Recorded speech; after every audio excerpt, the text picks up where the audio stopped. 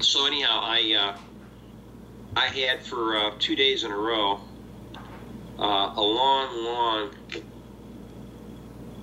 response and commentary going back and forth with Brent Dill. I don't know if you know who Brent Dill is.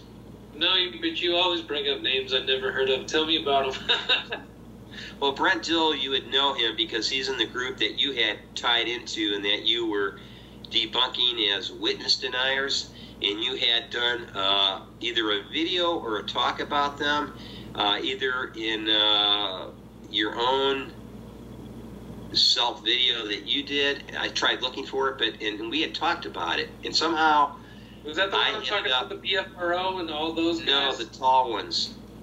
Oh. Did I make a video about him? I guess yeah. I must have. Somebody else, you know, I think he just came up. I don't know if you were telling me about him, but somebody else was arguing with him too. And was like, oh, that douchebag, I had to block him. And it was a Facebook. See, I don't Facebook, so I don't get that actual, I'm just YouTube. So I don't actually YouTube. This is from YouTube, not Facebook. But Brent Dill is... I didn't know he was the tall ones, but... Yeah, there's like three guys... short, making the video, though. He's the short one, yeah. There's like three guys, I believe there's three guys, maybe 2 or 3 guys that are part of this tall ones group. And he's one of them. And he... I had sent you, I don't know, several weeks ago a picture of... this guy was in my Facebook group. He was actually an administrator, and his name is Leo Frank. And he's a guy who lived in Newfoundland who took pictures of the creature he refers to as Carl, which looks like a troll more than a Bigfoot. But again, Bigfoots have so many appearances. To me, it looks like that huge thing from the Muppet Show, man. You know that? Yeah, it looked like the huge thing from the Muppet. But he took five pictures of it, and I've been following it for several years. I've been following the pictures. He did the interview on Bigfoot Radio with Duke, and and I could find he was consistent. I could find any. He was on Bigfoot Radio with Duke. Yeah, he was the one that. He was the one that got it. He was one of the what I would say is one of the more valid.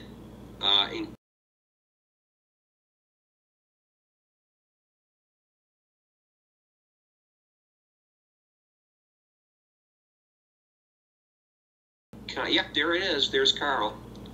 Yeah, he took 5 of those in quick succession with a phone similar to what I have. It's a Samsung.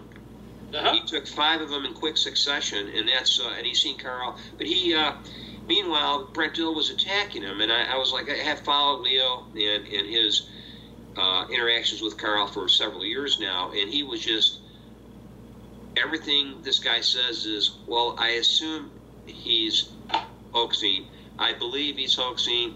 It sounds fishy to me. Everything is all speculative conjecture. It's all opinion. It's like I'm talking to Rachel Maddow on MSNBC when I debate this Brent Dill. Sure. And so he has nothing to bring. I says no. I says if you want to prove somebody is hoaxing or is cheating or faking, I says you have to have evidence to the contrary, and you have to have the burden of evidence to prove it. I says talking about it is just like gossip. That doesn't prove anything to me.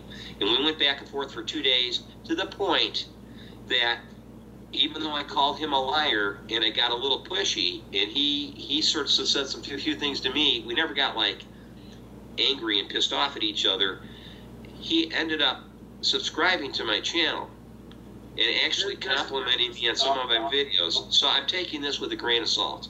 Well, it's like he was over there criticizing all my footprints and shit, and then he's like watching my videos, and he's like, "You have confirmation bias. Have you ever heard of confirmation bias?" And I appreciate him bringing it up to me because you know who's really got confirmation bias is people like Colorado Bigfoot. Yes. Like, look, there's an eyeball in the rock, and I'm like, wait a minute. I know, kind of like you could say that's pareidolia. It looks cool. The Bigfoot might be attracted to it, but it's not a real eyeball. But it was interesting to hear the confirmation bias talk because I told him, well, you know, you got skeptic bias. Like, you don't think anything's real, and you think that I think everything's real. But truly, I'm actually skeptical of my own information. I think there's a lot of people out there just, look, guys, look at this. Oh, my God, guys, look at the rock garden. Look at this. Look. Yes. Oh, there's the noise. Oh, there's this. Oh, they threw something. Wait, calm down. Let's be logical. I go through a process myself of vetting my own information. And, like, just because everybody else doesn't do that doesn't mean that I'm guilty of that. You're exercising your own due diligence and rethinking what you've examined and saying, well, you know, what am I actually gathering here, and how can, and you're trying to debunk yourself. And the fact that you do this, what he's doing is, you call it basically skeptical bias. I actually called it preconceived bias. I said, you have a preconceived idea of what Carl is and what Leo's doing. And I says, and you said that he didn't document the timeline of when he took the pictures and when he released the information. I says, who does? I says, and then you're asking this guy who lives in Newfoundland. He couldn't even get to, you know, and it all came because... Like when Gerber came out with his sighting, and they're like, they were trying to hold against him. He didn't even know what phase of the moon it was. I'm like, who the fuck knows what phase of the moon it is? I'm like, that is like an afterthought. If you know that it's a full moon, then you know, I've been out on nights where like, damn, it's bright, and you look up and, oh yeah, it's a full moon. But if there's a Bigfoot for the first time in your vicinity, you might not recognize if it was a quarter moon or a crescent moon or waning or wax. What you're doing is filling in the blanks. Oh, you're filling in the blanks best to your recollection. You're going, you know, I don't remember it being a full moon, so I can go and say it could be a three-quarter, a half moon, a sliver moon. And let me say and that's your best recollection. Who has really seen a Bigfoot? Okay, we've got the Patty film, and if that's real, that's what one looks like. It's like seeing a picture of you and going, oh, that's a human. And then they look at me and they go, wow, he's got longer hair. That's not a human. Wait, he's a troll. They look different. Yeah, they look at you and they go, you're a... Oh, he's got a big, big bulbous nose and big lips. Well, that's what people are doing. They're taking Carl and they're going. They're saying, well, Carl isn't a Bigfoot, and I'm going, wait a second. If you took a picture of you and then I put you right next to a picture of Leo Durante, the vaudeville pianist, they would say, wow, that's a troll. And this guy, he's what all humans should look like. So we have two different types. That freaking one Leo Frank took blows my mind, dude. That thing, I look at it all the time, and I'm like, is that what I'm going to see one day? I mean, he described...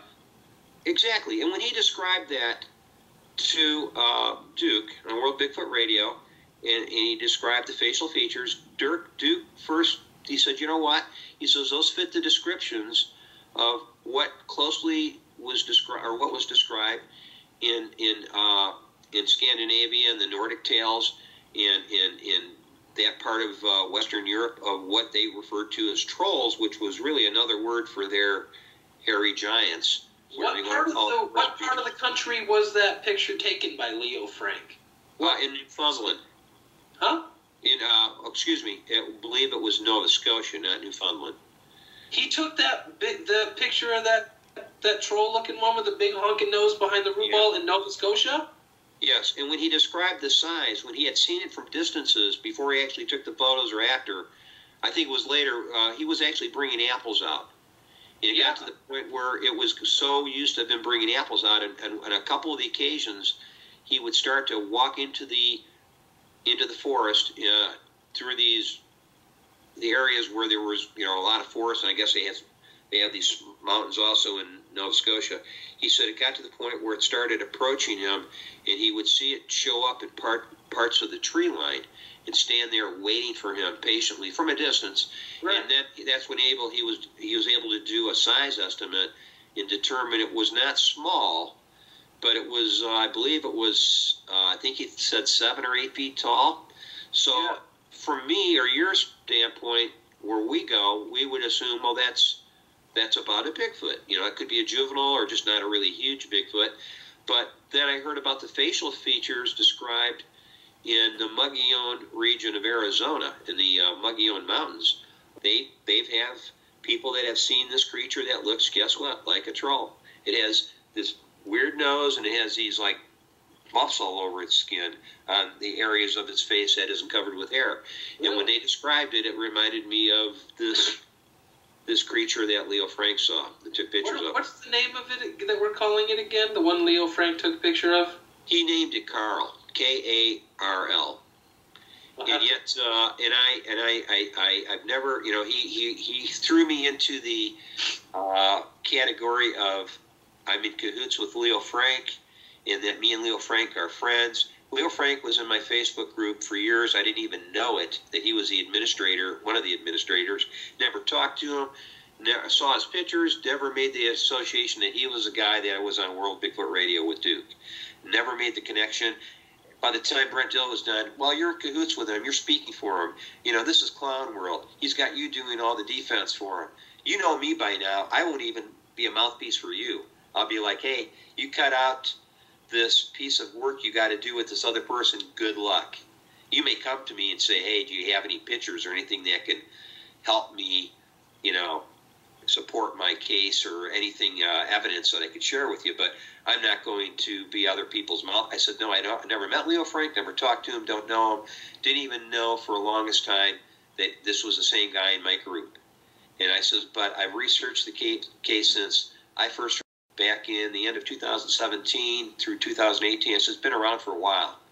And I says, it's been consistent. The guy's never lied. Everything he's presented has been consistent. He's never changed the story. The photos, he finally pulled the photos off after he had one guy, Brandon Kaiser. Was that recently? Because I tried to open that link the other day and it said page not available. And I was like, what happened is this is a kid on YouTube. He had his own channel, Brandon Kaiser. I may get his name wrong, but he took one of the 5 photos that Leo Frank took of Carl. And what he did is he embellished it. He basically he photoshopped it to make it look more like a Bigfoot. And in the process, now that's the hoax. And so then that was shared far and wide. He actually removed the copyright stamp off the photo. Well, and so, of course, Leo Frank... Even CB posting that picture is somewhat of a hoax. I mean, CB, how many people use... Yeah, I went after him in his Facebook group, Colorado Bigfoot, his page, and that's what I posted to you. I said, yes, he never replied to me because I don't think, first of all, Mark isn't very smart, so he doesn't have the common sense to know that I'm Illinois Sasquatch. He probably hasn't made that connection. Maybe by a stretch he has, but I doubt he has. So he just sees a guy named Don Schneider going, no, this is Leo Frank's photo that you're passing off as one of yours. At least be honest and tell people that's Leo Frank's photo. That's all I'm saying. Yeah, exactly. Yeah, show a little credit. Give caption. So what he did is he deleted a bunch of people that were saying the same thing, and he didn't know who I was. I wasn't important enough, so he didn't delete me. So eventually I just got tired of waiting. And I took my post down. I said, it's just going to get me in trouble. I don't want to deal with the Facebook bullshit. So I took it down. But I said, yeah, Leo Frank. He was going, this guy took it in Scotland. And I go, no, Leo Frank took it in Nova Scotia. And I says, and it's not a Scottish guy or Irish guy. He was like making shit up off the top of his he doesn't know where Nova Scotia is on a fucking map. I'm telling you, he doesn't know where Scotland is. Yes, exactly. I promise you. I'm fucking... There were other people in my Facebook group that were like doing this parodying thing. They kept coming back. Leo Frank owns the rights to that photo. It was all over. He was deleting those people one by one. Going, these are crazy people. They're like coming from an insane asylum, and they're attacking. I think this stuff needs to be said. I guess we can edit it out. We'll see how I make this video. But you know what? I mean, Callie, Mark, me, you, we're all experiencers. We've all been in the woods with these creatures. So I mean, I'm not gonna hold that back from them. And it's just me neither. I think I attribute to his great pictures him and Callie have captured, and some interactions and some vocalizations or sounds and audios. I think, but the problem is it when they distill it or dilute it with a bunch of other nonsense, it takes away from their credibility. And I'm not afraid to say that, and to myself even, I feel when I start to bark up the wrong tree, and I'm not even calling it assumption or speculation. I'm saying no, these are definitely the little people building nests in the caves. And I have no time I hear them allude to, is it Bigfoot or the other forest people? I'm like, who are they talking about here? Because I'm like, I don't know that the little people are building anything out of sticks, and there's no proof for it. It's more likely Bigfoot or not. even a dogman would be more likely to build these large structures than a fucking little person.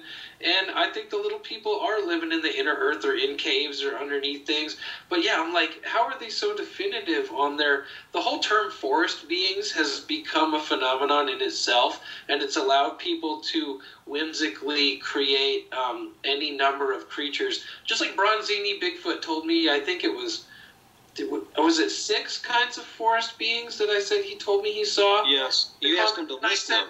What kind? He did not list them. How many forest beings types are there out there? I'm thinking Bigfoot, Dogman, little people. And then I start going, okay, then what? Chupacabra? So I'm like, where are we going with this? Like, the rake? I'm like, what are we talking about? What'd you see out there?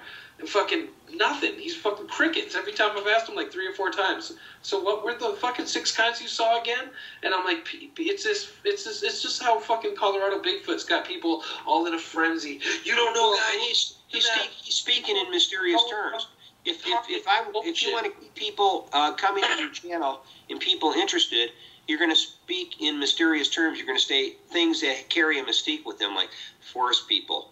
Those the halves, the ones that are the half people, they're half hairy and they're and half no hair.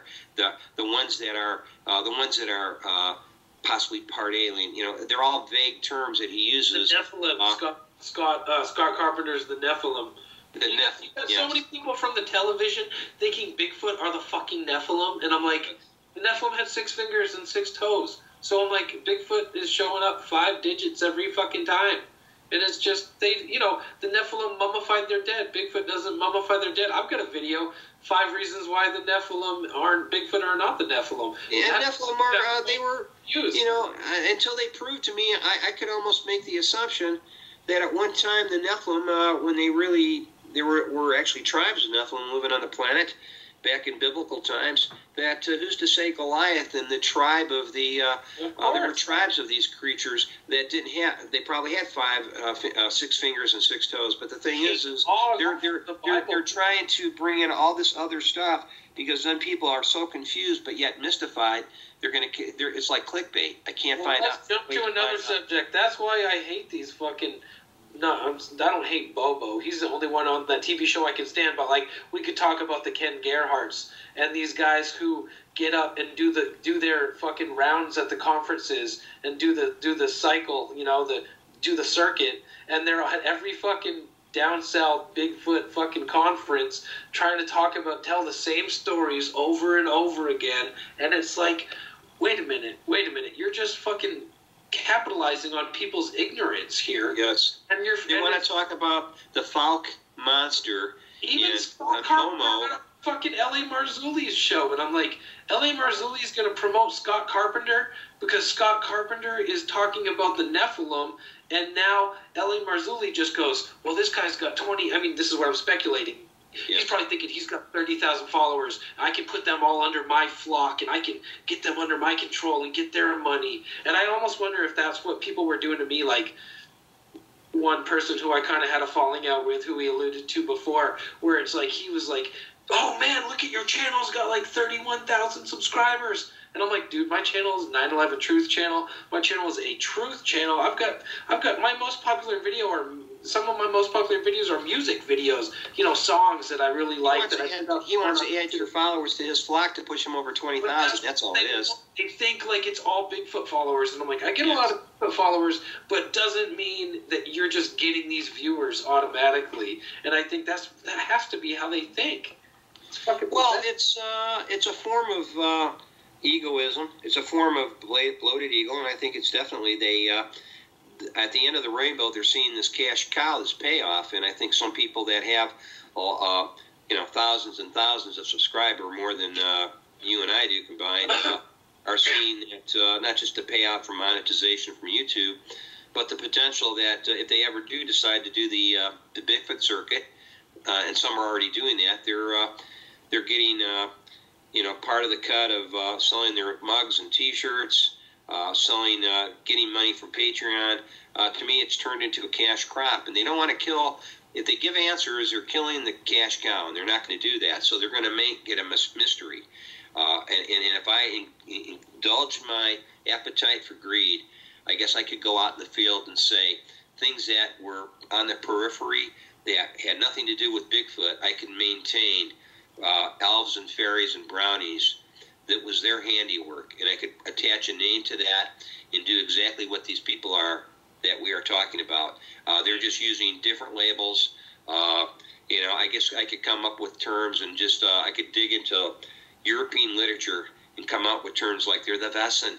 These are Wesen creatures, which is actually a German word that just means another type of human being. And people could come to me and say, oh, this is clickbait, and we're going to go to his channel because the Wesen, they're out in the field and they're out there with the Bigfoot, and not realizing so then I keep everybody mystified. And again, just like Ken Gerhardt and all these are still talking about things that happened in the 60s and 50s and 70s, and anybody who is ignorant is going to give their door charge and go in and buy their books and coffee mugs and the T-shirts, because they're not being honest to the people that have a serious interest. It's more of a carnival atmosphere, and I don't want to be part of the quote alleged community for that. And I say that loosely, that term community. It's not a Bigfoot community as we think of it. People on the outside looking in think, oh, they're just all working together. And no, it's no different than the UFO it's like community. the people on the highway are a community. Like, no, we're all in our own vehicles, and we're all driving our own speeds. And, anybody can turn off the road and exit wherever they want at any given point and say, I think this is the way to get there. And we all might end up in Biloxi. But, which is the fast road, which is the most scenic, and which is taking everything into account, and who's trying to just get you on the fast train to money. I like that carnival atmosphere that you kind of bring up. And, even on the Bigfoot Crossroads channel, I mean, go ahead and make your money, and if you're a good interviewer and you're quality enough to have the voice and run your show kind of how Matt does from the Bigfoot Crossroads, I can respect that more and say, oh, look, he's got mugs and he's got his T-shirts. But every channel you go on now, they're all monetized, and you can all scroll through and here, get your mug and your fucking hoodie and your T-shirt and get this design. And I'm like, God, they commercialized everything. They commercialized everything. And the Bigfoot Outlaws were doing it first before anybody else. And I'm not talking about commercializing, but they were doing really good. Well, I mean, I bet those boys they need the money. Yeah, and it just came that their viewers wanted that, and their subscribers wanted that, and I could appreciate that. And they're still not really pushing the monetary end of that, but at the same time, if you want to get some valid experiencers, people that were eyewitnesses, you can go to that channel. You can sort of tell that some of the serious encounters and experiencers tend to be on the boring side, because it's not all edge of your seat stuff that, I was attacked by a Dogman and I had a Bigfoot help me defend its brood from the Dogman who attacked me and the Bigfoot missus and its child. Right, I fought it with a knife. Yeah, and he cut me off, but I survived. I love listening to Kumbo, though, because he's got real experiences, and he'll tell you, oh, yeah, we went down here by this river down here, and we were out there doing these whoops, and then they came in and scared the shit out of us, and I'm like, those are the kind of stories that you appreciate. They were doing it before anybody else, and just because they don't got it on camera, you can doubt those guys. I think he was an electrical engineer, and he worked, he did contract work for NASA. Yeah, he actually was doing research on infrasound, and worked with people that were doing work on infrasound, and he was the one that sort of broke it open for me to say, yeah, infrasound is very common in the natural world.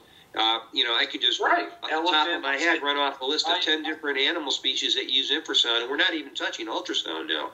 Ultrasound is another part of the mystery that nobody knows about, which is what whales and dolphins and beluga whales and use. But then there's also infrasound, which is the big cats and some of your elephants all use infrasound. So it's all within the realm of reality and logical use in the natural world. So it's not like some magical. I know, unfortunately, they say they're being zapped, but that to me it's interchangeable with the word infrasound when you're being zapped.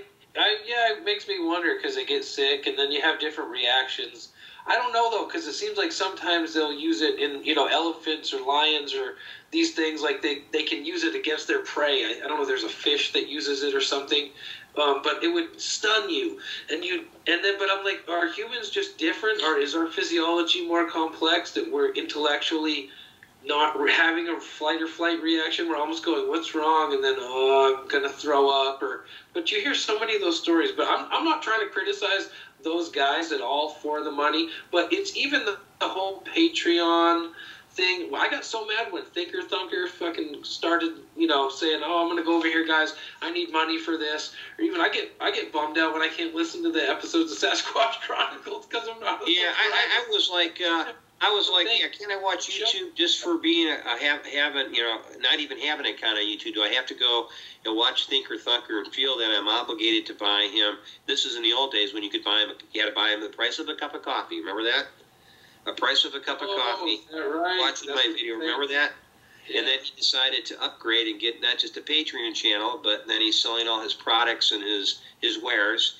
And I thought, well, now it's gone pretty much merchandise crazy.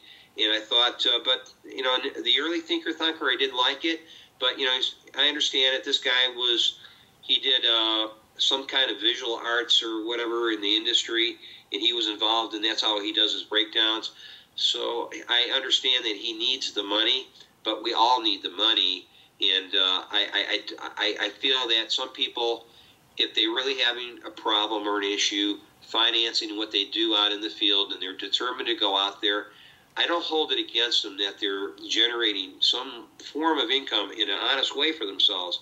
But then to turn it into a circus atmosphere or carnival where, you know, come on, here's my hats, my T-shirts, my hoodies, and it gets carried away, and they have a Patreon account, and then you find out that they also have a Vimeo channel, and, you know, pretty soon, you know, they have group pages on Twitter and Facebook. You're going, where does it end? And then next thing you know, you got book signings. So to me, it's no longer it's about the merchandise. It's not about really doing the research anymore. Exactly. Because you're focused on, you know, you're focused on all that other stuff. So how can you really? Money. It's making the money, and you're even, you know, it's a conflict of interest. Just like if, you know, I mean, look at Mark going out there thinking he's going to be this full-time Bigfoot where they're paying for everything, and I'm like, you can't rely on this. You got to get a real fucking job. I mean, unless the money train will end at some point. Callie and Mark and said, "Hey, you guys should get a TV show."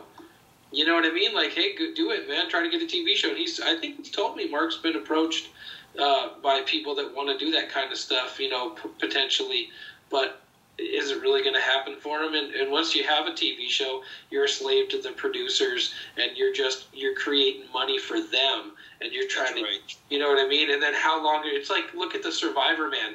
How many seasons can you do it before they go, nah, we got a fucking new executive producer, and he thinks it needs to go this way. If you listen to him talk about his plight, as I like to say, or his experiences within the industry of television, and when you're always taking a handout from somebody else, it's one thing. And then if you're trying to get, you know, because that's from the top down. Okay, yes. Down, give me this. Now they're sucking money from the bottom up.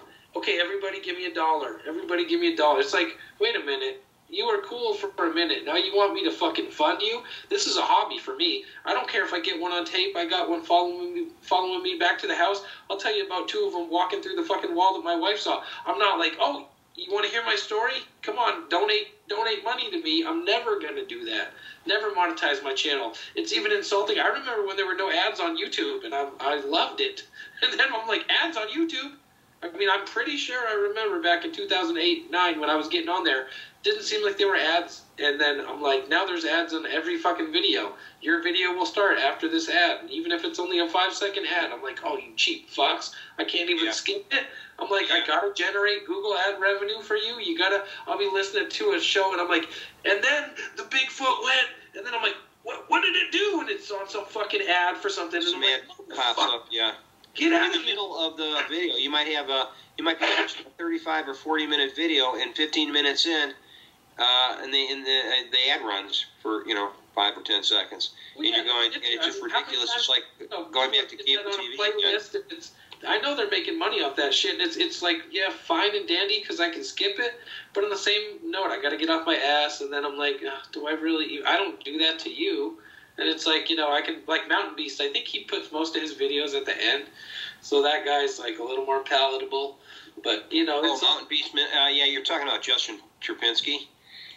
He's a kid from British Alberta.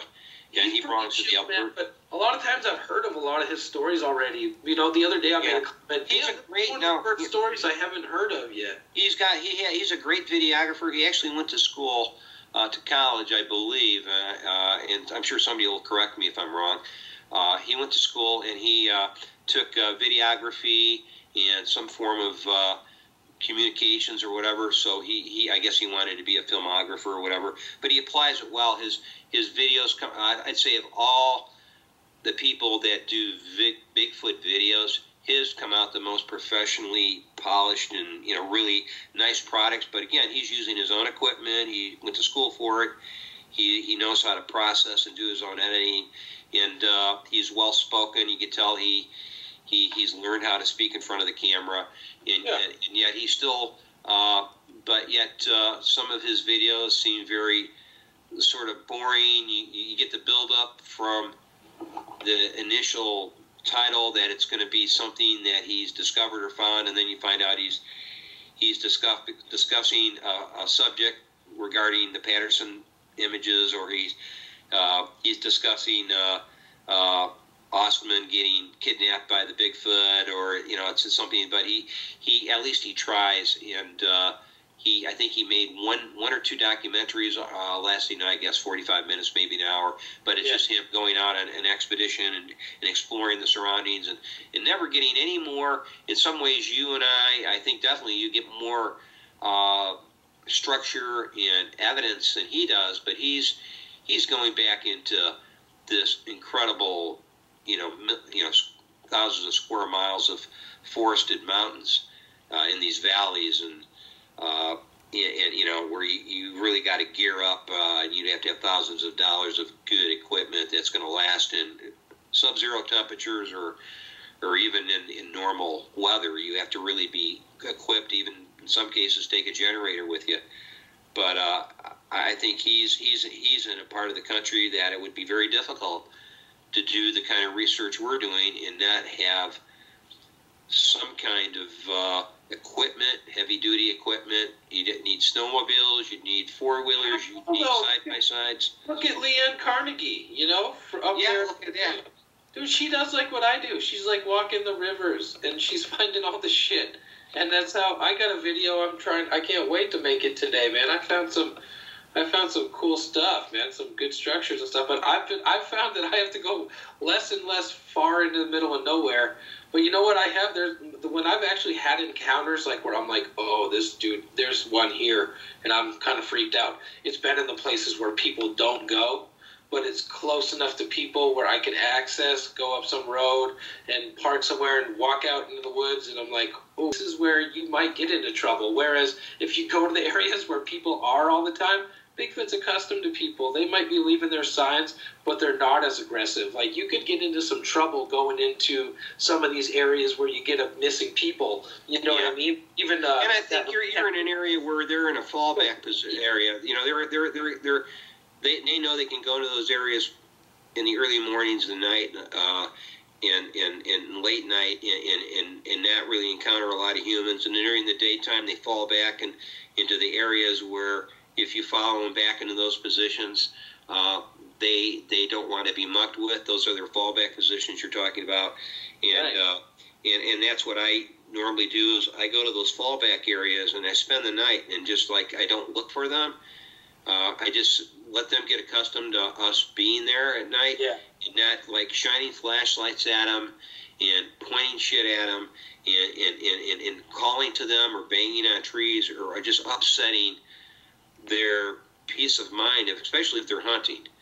And in one instance, I think we were right in the middle of a hunt, and we plopped down by some structures which were right in their area where they would be active at nighttime. And they got close to us, and they let us know they were there. But they weren't aggressive. They're letting us know they were there. Was like, yeah, we're here, and we're just here to let you know we're here.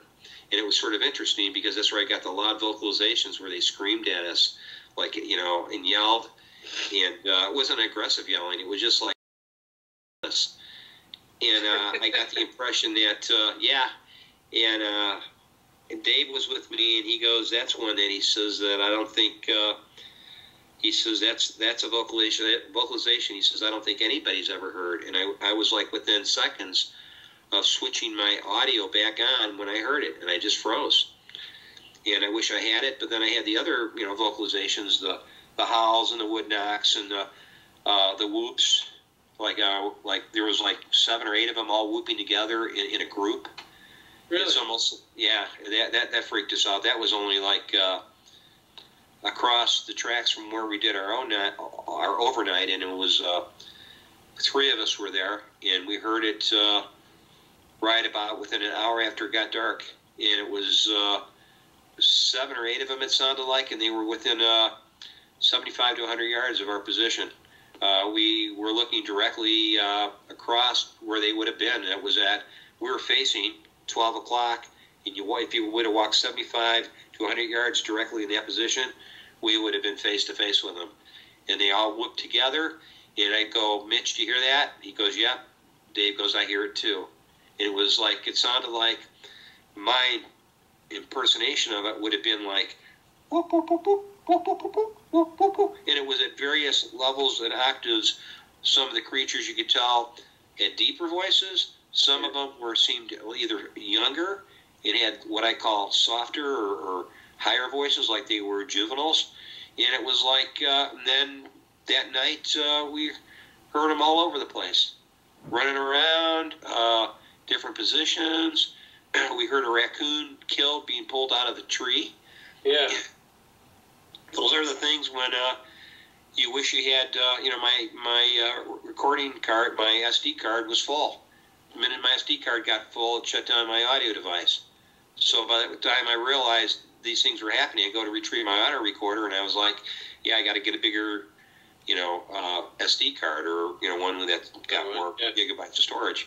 Right. And so, these are things I've learned along the way, and I said, well, that was a mistake, so how do I rectify that mistake? And it's just part of the bell curve of learning as you're out there. Well, at least you're going out at night, man. I've had a few people tell me, oh, yeah, you got to go out at night. And I'm like, I don't have the balls to go out at night. Like, it's not, I don't know if it's I don't have the balls. One, I don't have the time, because I've got a family, and my wife doesn't want me out there in a fucking tent. You know what I mean? Like, hanging out in the woods.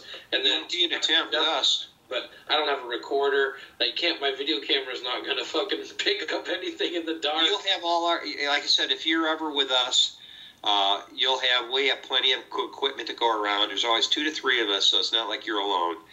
Like I said, you're welcome to come with us. I already mentioned to a couple of my the members of my group. I refer to our group as the American Cryptid Research Team. That was there's basically 4 of us: me, Mitch, Dave, and Ricky. And fourth of the 4, there's actually a 5th guy. We don't see him very often, Randy. But we get together and we just go out and we do night times, and we're just like quiet, and we have our night vision equipment, and we just sit there, and everybody picks their location to benefit the group. We're all on equal footing. There is no one guy who's like the captain or the sergeant or barking orders.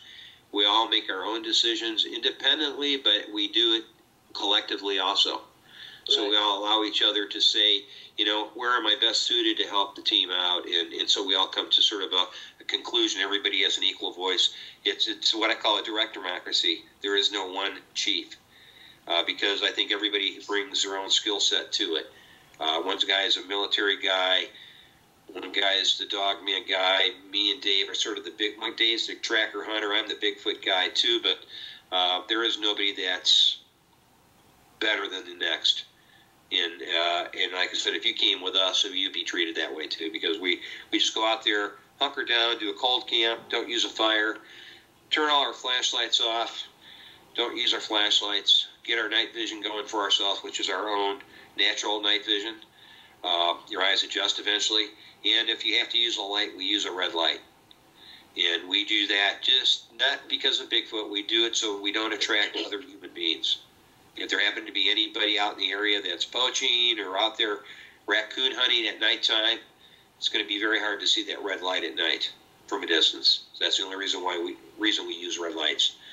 But we're low profile. I don't think anybody else out there is doing this. There may be people I don't know about doing this. I'm not saying we're special in any way. We've gotten results, and that's what it's about. We just go out and the results work. And there has not been a night that we've done it overnight. We have not had activity. Every time we have something occur. And a lot of times they come in close because of their curiosity. Right. And we have to make the determination, just like me and you are sitting here talking to each other on Skype. We're there in the field talking to each other at nighttime in normal voices. We don't try to be quiet. We just hey, we're just talking. And we get interrupted because they're talking. They hear us talking, and they get comfortable with us talking, and so they mess up. You hear the sticks crack, or like they're walking on you can hear them walking, you can hear the leaves crunching, or in some cases they don't care that they're being heard, or they do it on purpose. I guarantee you they do it on purpose. I think they do it on purpose too. They want us to be distracted by them, and they do that too. They do it purposely too. They'll do it where you'll hear a stick break, or you'll hear like a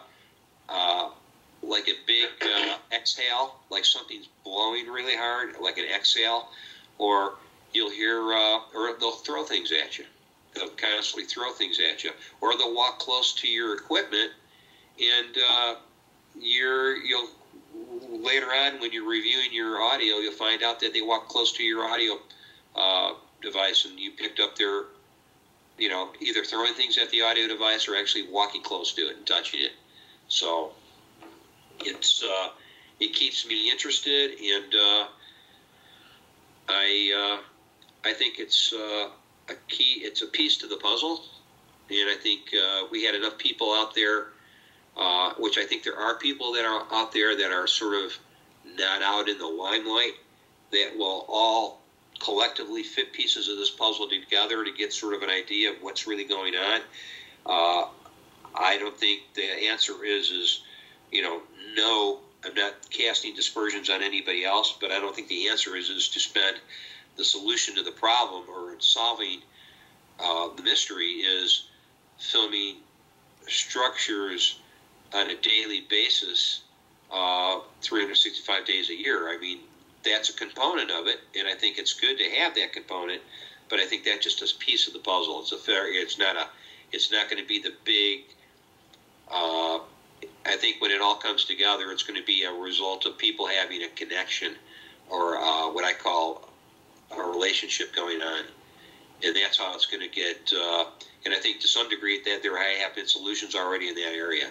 Well, bringing that up, it's interesting because that guy on the East Coast that I've told you about that invited me to come out and meet the Bigfoot face to face, for taking down that video I had talking, using his audio and having him talk, and he was trying to lose his kind of presence on the internet just because he was getting way too much feedback from people that he didn't want to even deal with.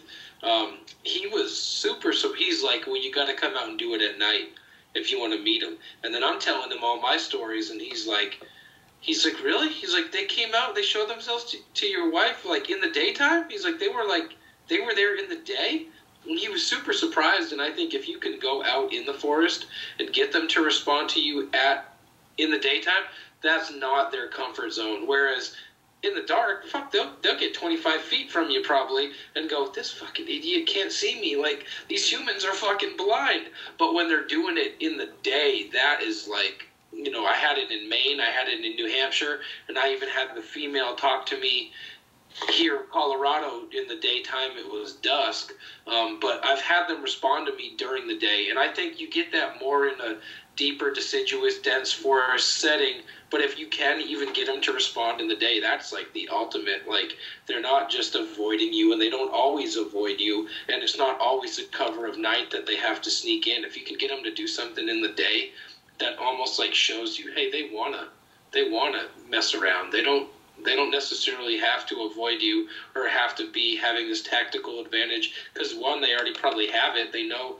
they're the only ones in the woods, or they know you're the only one in the woods with them, because they're monitoring all the time. But when you break that, it's like saying hi to a girl, like, oh, this chick will never talk to me, and then you start talking to her and she's responding to you. That's almost how it is with the Bigfoot, where you're trying to break the ice with them, and then all of a sudden they get comfortable and actually they're taking to me. Holy shit!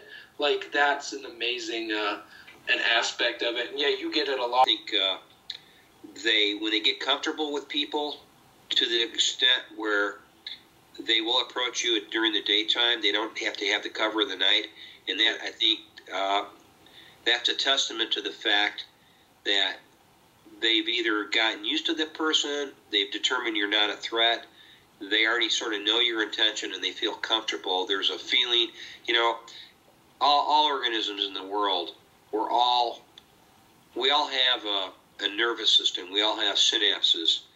We're all basically, we're a series of, we're energy, and we basically, we create waves. Energy is, they've determined in physics already that what is energy? Energy is a wavelength. And if we're all wavelengths, and these creatures have the ability to feel those frequencies of that energy that you're emitting, I think they could easily tell if that energy is a good energy, a paranoid energy, a fearful energy. And if you're out there and you're exhibiting integrity and honesty, and they feel comfortable with you, not only will they come closer to you in the daytime and even possibly reveal themselves, I think there's a comfort level that you've achieved with them. And at nighttime, I think they'll approach just about anybody, because they have that, not just a tactical advantage, they already, I think, know that we see poorly at night. So yeah, that would be the I didn't mean to say that they didn't feel comfortable with you guys in the field at all. I was just kind of saying, I was almost defending myself, like, well, I don't go out at night, but I have been out in the day and had reactions for them, so I know I'm doing something right. But look at Mark in Colorado Bigfoot. He's got a few pics where I'm like, dude, that's got to be a Bigfoot looking right at him between those two trees. And oh yeah, the ninja looking one. Yeah, I mean, I had one come within 12 feet of the guy I was sitting right next to, 12 feet off his right shoulder. Then I had another night we were out there, all three of us, and one crawled up within 45 feet of us, right in front of us. We see this looming black mass getting bigger, bigger, bigger. What we didn't realize is there was a ravine 55, 65 feet away, and it crawled up out of that ravine behind a big tree and came up around that tree, up through the brush. So if it was a person my size, that's how it would have looked. If I crawled out of that ravine, or walked out of the ravine, and as I got up to the edge of the ravine, I dropped down to all fours and crawled up, and you were sitting in my position, you would look at me as just a big black mass getting a little bigger as I got closer. And when this happened, I said, Dave, do you see that? And Dave stood up to appear larger, to sort of like let it know, yes, we're here, and we're gonna stand our ground. We're not gonna be afraid, because I think they test you. They want to see if you're gonna react. Now, if we would have sat there and acted like we didn't see it, I presume, and it's just an assumption on my part, that they would have come closer. This thing would have come closer, and it probably would have come within, who knows, 10 feet, 5 feet of us, And then, of course, fast forward to our Wisconsin trip, and we've come to the conclusion we had several, possibly two, maybe more, in camp with us. And I was one of the lucky ones that it pushed through the wall of my tent with either its face or hand, and actually pushed against my back. So I'm going to assume it was a hand or a face, and it moved me. And it was overcast that night, and if you were standing in the dark, you could barely see your hand in front of your face. So I knew it wasn't one of the other guys walking around without a flashlight at 3:30 in the morning. Is about when this happened. And it shocked me, because I have a habit when I'm cold camping, if I'm in a tent especially, and I can't go out somewhere and pee, do my duty out near a tree or whatever, I take a Gatorade bottle with me. And the urge hit me. I'm an older guy, so the urge hit me at about 3:30, 3:25 in the morning. So I turned my tent light on, basically did my duty into the Gatorade bottle, capped it, reached up, turned my tent light off, laid down on my right side.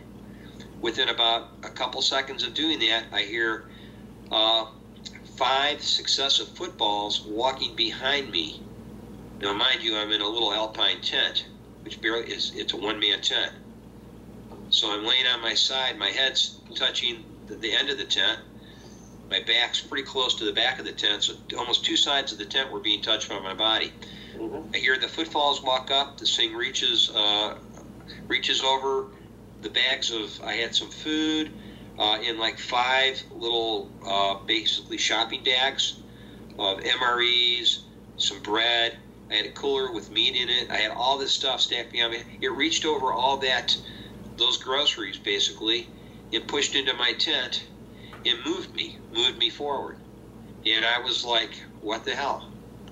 And later we compared notes the following morning, after we got up that day, and one guy said, yes, I had something sniffing around my tent. And he was in a 3-man tent, and he was sleeping pretty much in the middle of the tent. He said, I heard something sniffing along the wall of the tent. And I asked the other 2 guys, and they said, one guy said, I fell asleep, and then the 4th guy said he doesn't remember anything going around his tent. Our assumption is, or conclusion is they went up to every tent. It messed with our tents. Me having the smallest tent, I had basically the best odds of feeling and messing around with my tent because I was, basically in a tent, very, very small tent. Mm-hmm. So, when we got up and then the following night, that's when we had even more activity. We had growling, breaking trees. It was letting us know, it was roaring at us. It was either beating its chest or taking its hands, and it was hitting the ground with its hands or its feet, but it was making a real loud thumping noise. And then it roared, and then as it walked away, it broke a bunch of trees on the saplings on the way out. So it was, and again, it was dark. It was probably at this time 4:30 in the morning. It was total darkness, and one of my companions decided he was, after he heard all the thumping of its hands, and we didn't know if it was clapping its hands or beating its chest, but we assumed it was doing something like that, and we heard it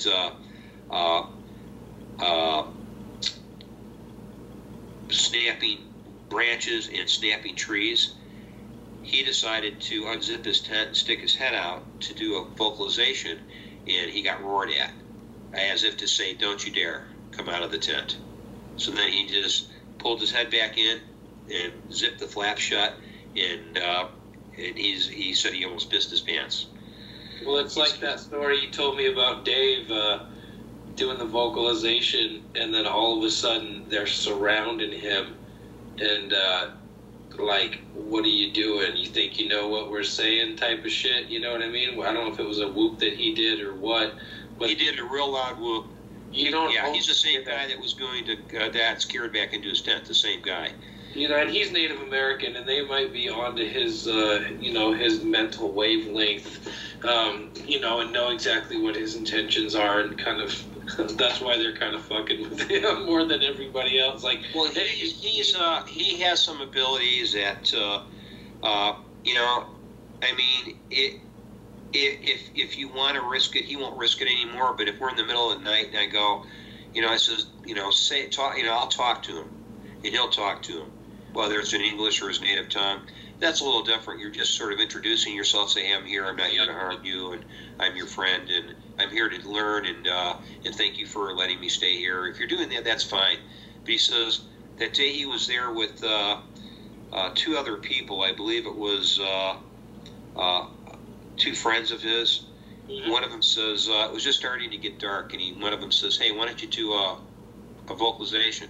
So he did the classic whoop. He did a loud whoop. And later on, he said, because they all surrounded him, and he felt like he was, it was like he was at the ape house at the zoo. He says it sounded like he was surrounded by a bunch of large chimpanzees, just monster chimpanzees. He says, I couldn't explain it. he says after he did that, he got the impression that whatever he did, it's like he said something about their mother, and it wasn't a nice thing that he said.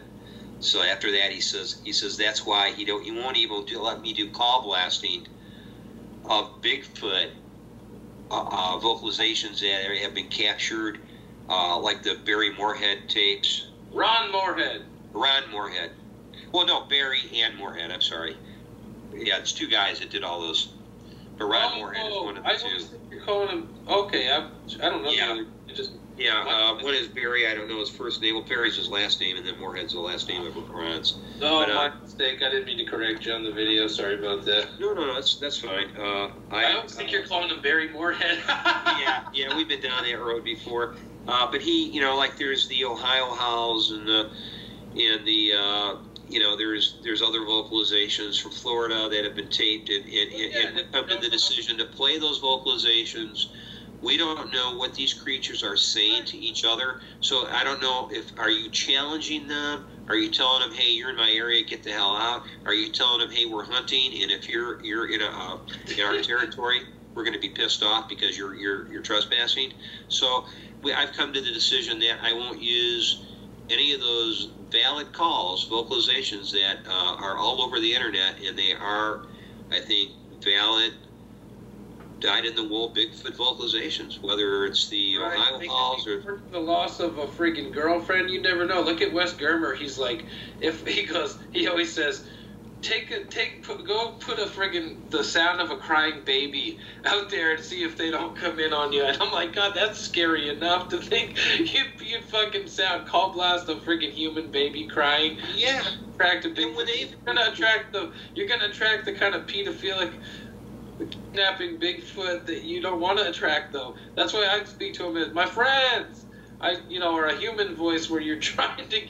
I'm trying to connect with the ones like number 53. I'm only looking for number 53. Like, I'm calling you out, and I want one guy to come in. I'm not trying to call in. Anybody want some free shit? Fucking and see who shows up. You know what I mean? You're always they're never alone. That's the impression I get. I know when one comes in, there's probably two or three backing it up, or somewhere in that surrounding area, keep running security. You know what? When it gets close. And if there's an area where there's not, and it is a lone one, it's probably a badass motherfucker, and you probably don't want to mess with it. Yeah. Well, it's sickly, or it's been kicked out of the clan because it did some bad stuff, and you just don't want to be dealing with that.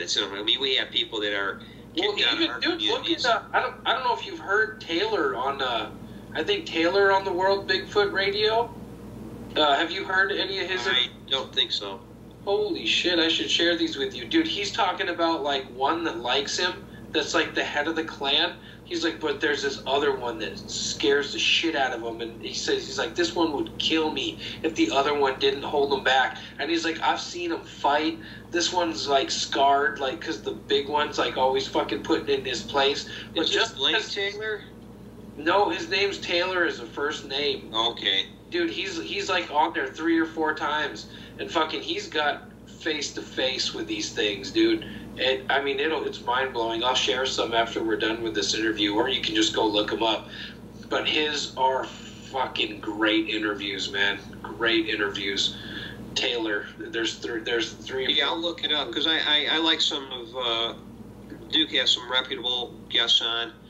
And then, I definitely like listening to those interviews. I think the one was the Glag series he did. He did several of the ones with the Glag. Yeah, I don't sense any deception. I was thinking about Glag last night, and I don't sense. I'll bring up. I don't sense any deception myself, but that Cat Hansen shit, we got to take it all with a grain of salt. Now, if she's gonna.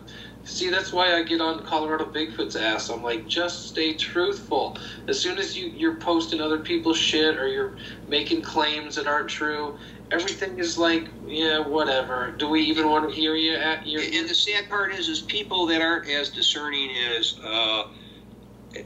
others will paint everything with one broad brush and say it's all bullshit when it isn't. And I don't believe in throwing the baby out with the bathwater. I guess well, I'm bringing up Cat Hansen. I'm trying to get to.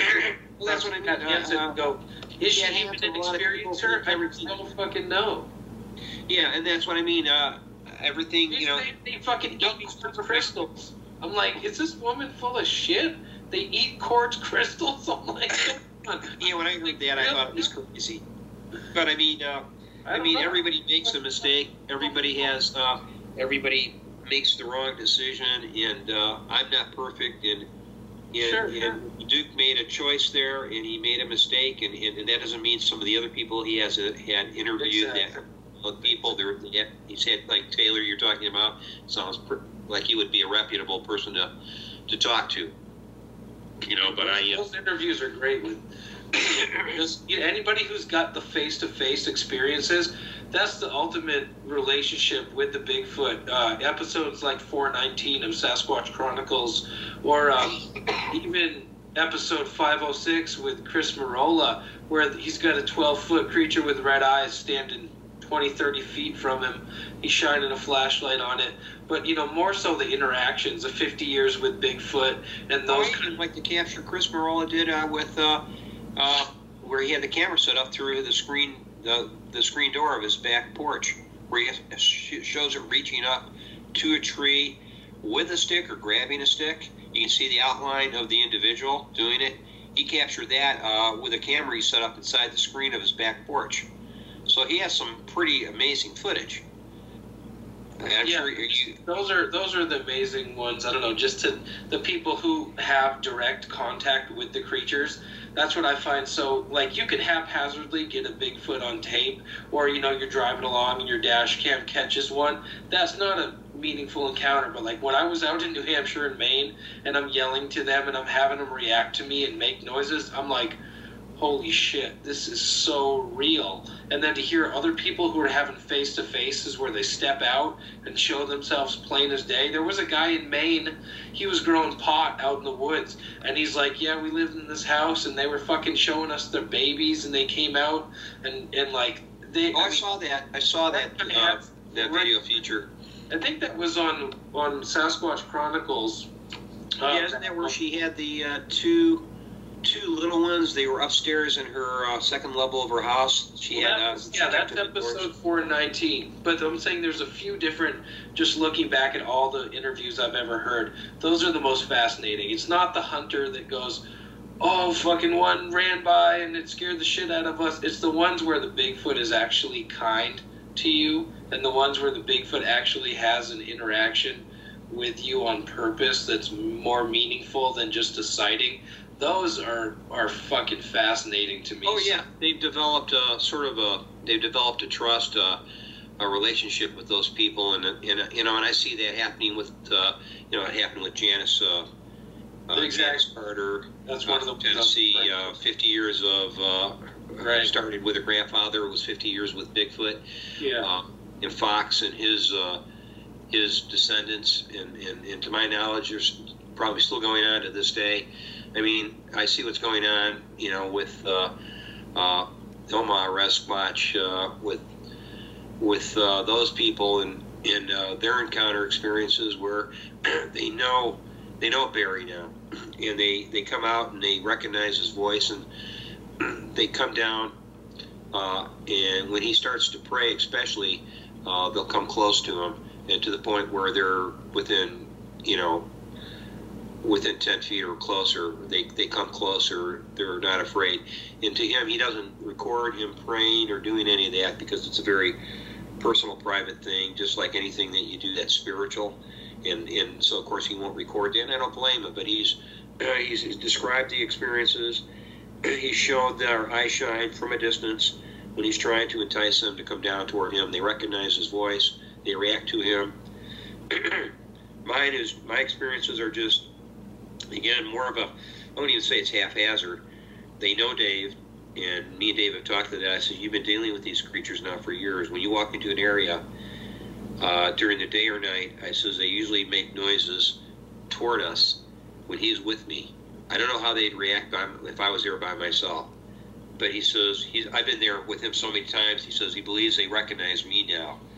And he says that his first time that he was surrounded by them, years before, and the time before that when he was basically dragged out of the area by his buddy who was shitting his pants, he was so scared.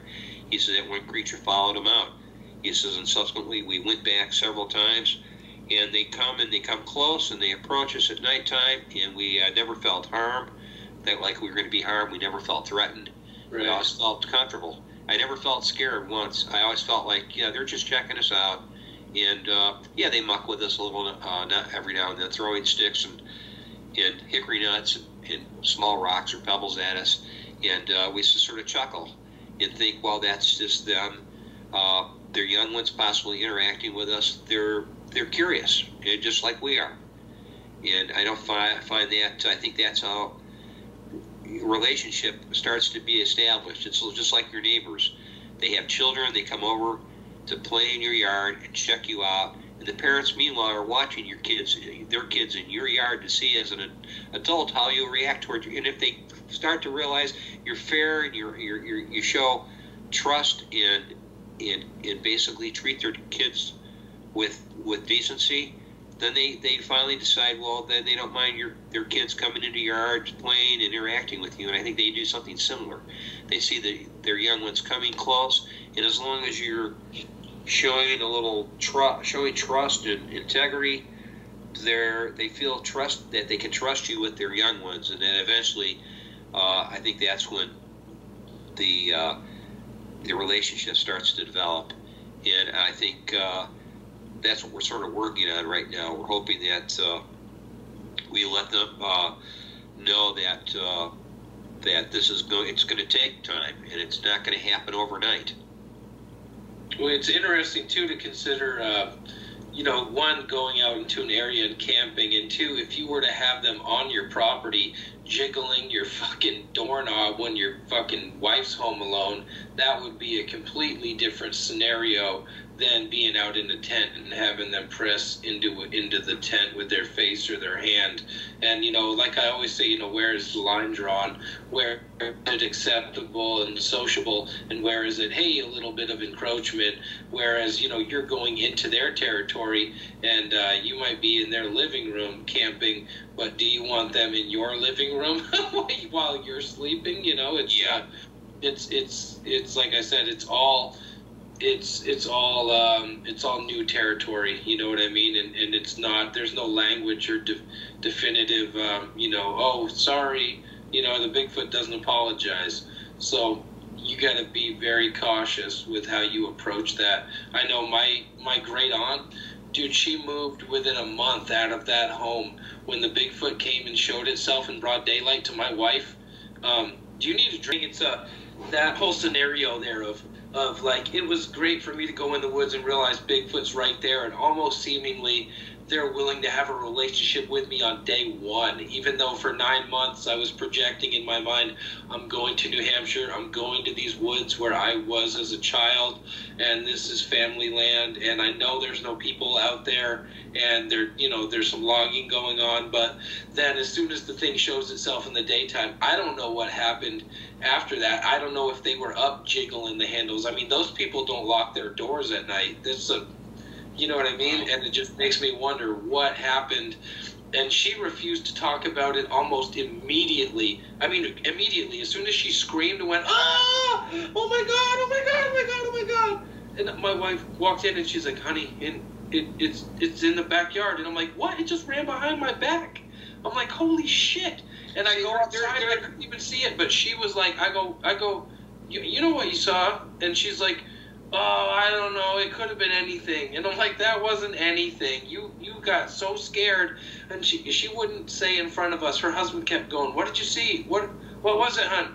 Oh, we'll talk about it later. And I'm like, comfortable on this property, visiting this property before you arrived? I mean, was there a history of them coming onto this property, getting close to the house? Never.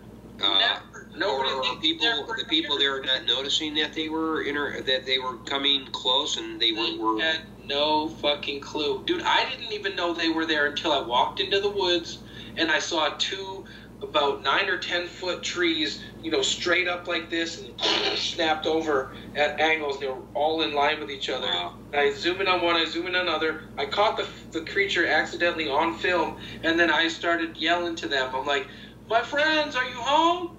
and it would be like, I'd walk, and then crunch, and I'm like, that wasn't my fucking foot.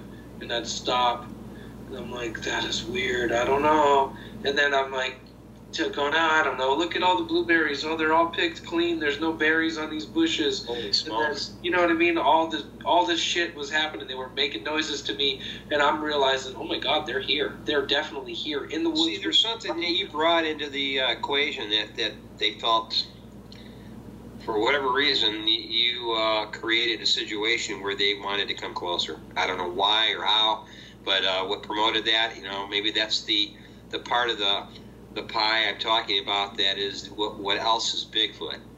The other part of it we don't know about, that people, the psychic Sasquatch that Ron Moorhead talks about, the quantum Bigfoot or whatever, right. The ability to, you're walking around, before you go home, all those period of time or years thinking about interacting or reacting with Sasquatch, having an interaction with them, and meanwhile, these creatures, they saw this the minute you arrived. They reached into your mind and said, "Oh yeah, okay, he's."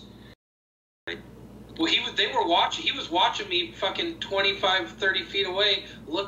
Film both of the trees that they snapped and zoom in and look directly at them. They know I'm aiming something, and I'm just out here on vacation, but look at the signs here. I'm just checking in the woods, and I'm looking right at the snaps he fucking made. And then, in the meanwhile, my second fucking cousin's over there doing some logging, and I happened to hear a tractor. I heard him get on the tractor, and we were all, socializing, and I said, I'm going to go for a walk out in the woods if you don't mind, and, to my great aunt, can you entertain my wife and the kid for a little while? Oh, yeah, we just picked blueberries. We're going to make muffins and do all this. And I'm like, good.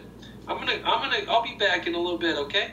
And I'd never gone over in that section of the woods. There's a road that goes deep in there, and it kind of just peters off into nothing. I'd always be on the left side near the reservoir and the water. There was an old building back there. I used to go fishing, so that's where I used to go. I never walked back this deep in the woods, but I followed where the tractor was going, and there were logging roads, and I thought, well, you know what? I bet they're curious about him on the tractor and what he's cutting down today.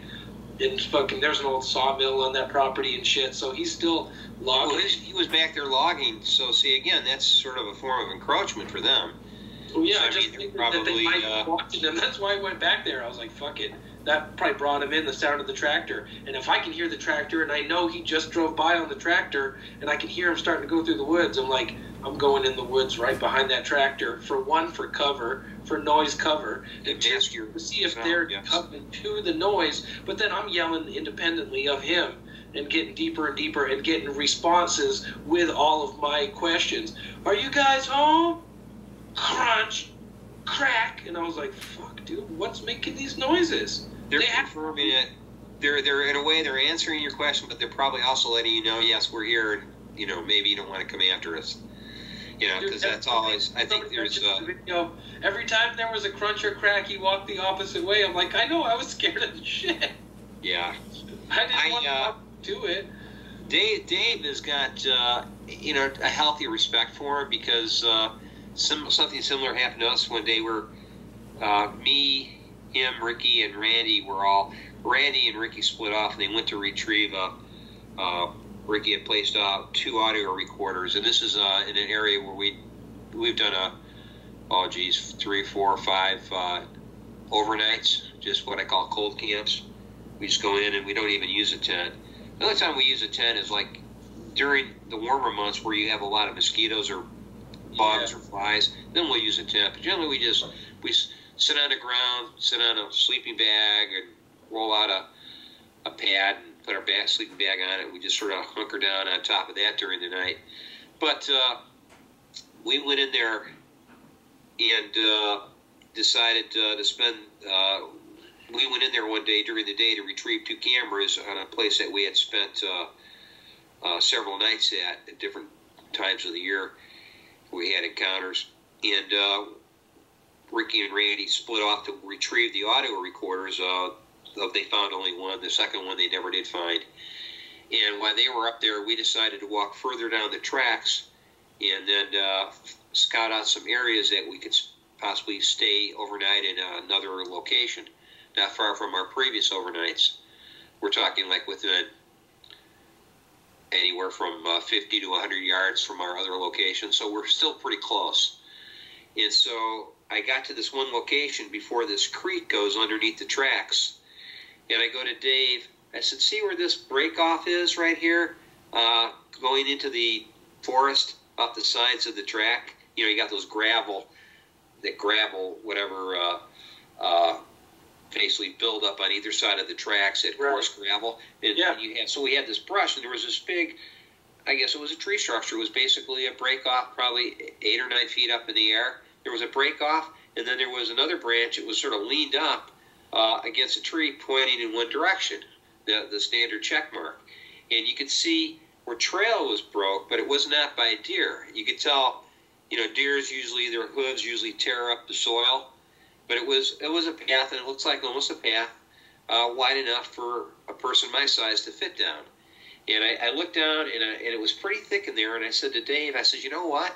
I said, we need to come back to this spot, this exact spot, and go in about 55, 65 yards and do a cold camp right here. And I put my hand and I point right here.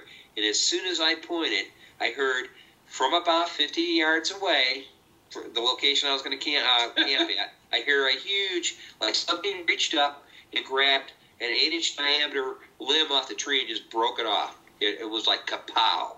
And Dave looks at me and he goes, maybe not here. And I go, yeah, maybe not here. It was almost like they answered my question. It was like, no, you're not coming in here.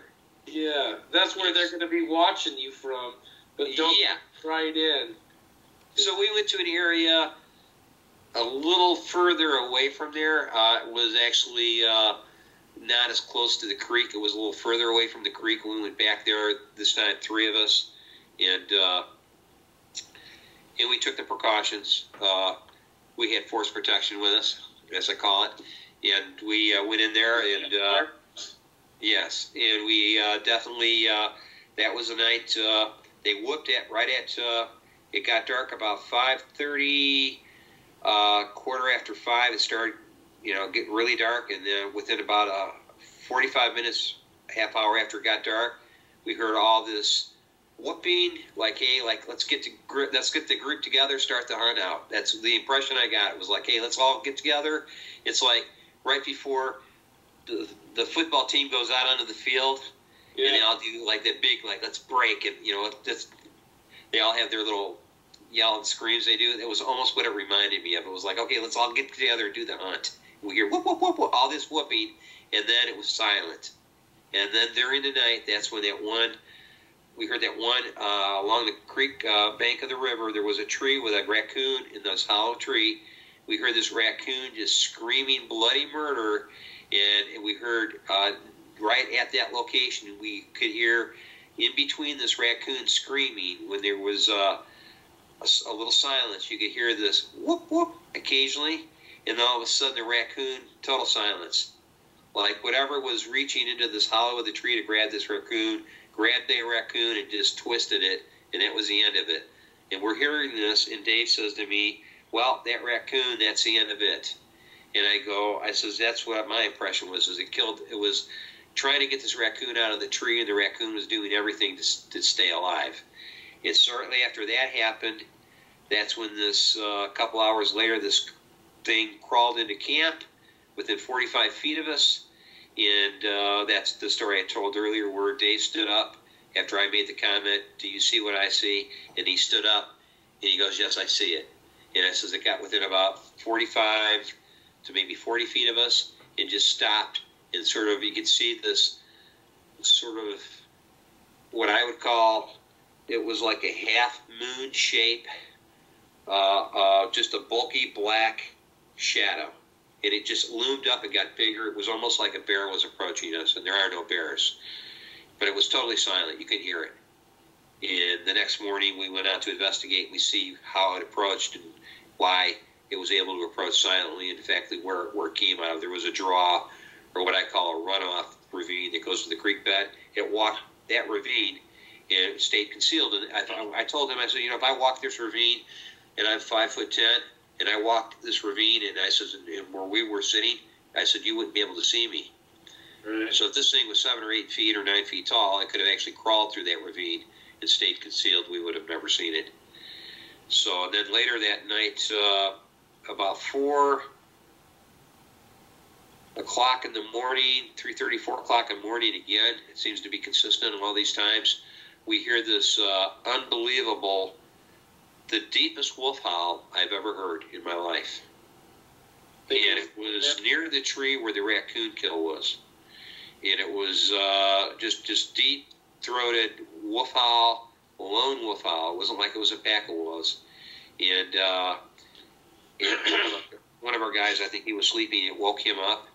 Meanwhile, we were both awake. We heard it. And we come to the assumption, even though we know Bigfoot do imitate wolves, we came to the impression this was not a Bigfoot. We cling to the fact that there's also Dogman in this area that we've seen. We had a personal encounter. Dave was told about by a woman who actually saw a Dogman within about not even an eighth of a mile of that location. A Dogman in the cornfield, eating field corn.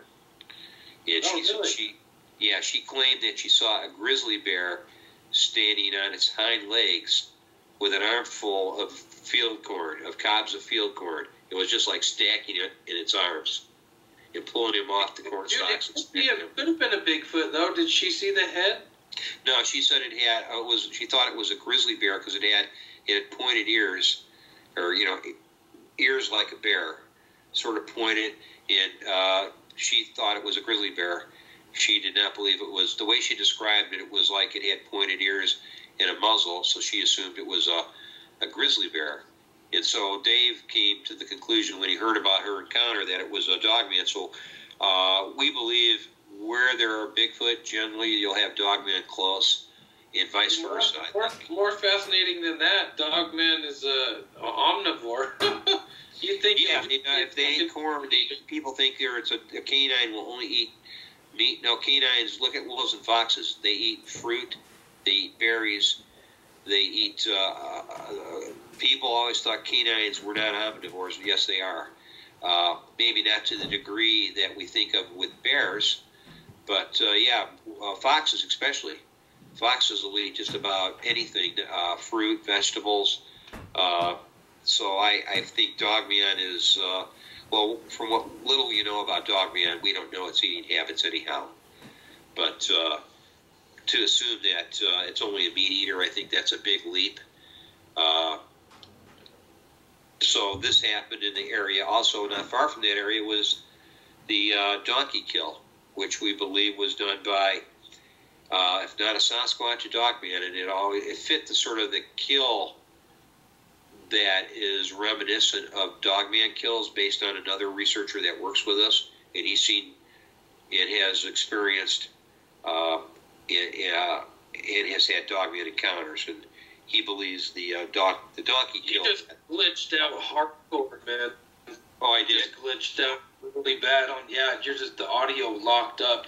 But when you sent me pictures of that kill, the way that the you know those childhood, like a horse's head on the long pole that a kid would put between its legs and act like it was riding a horse. That spine was fucking ripped off the body of that donkey so far that it had the giant head of the donkey, and then three feet or something of fucking spine connected to it that was completely ripped out, and then the rest of the carcass was splayed out on its back and cut open and gutted.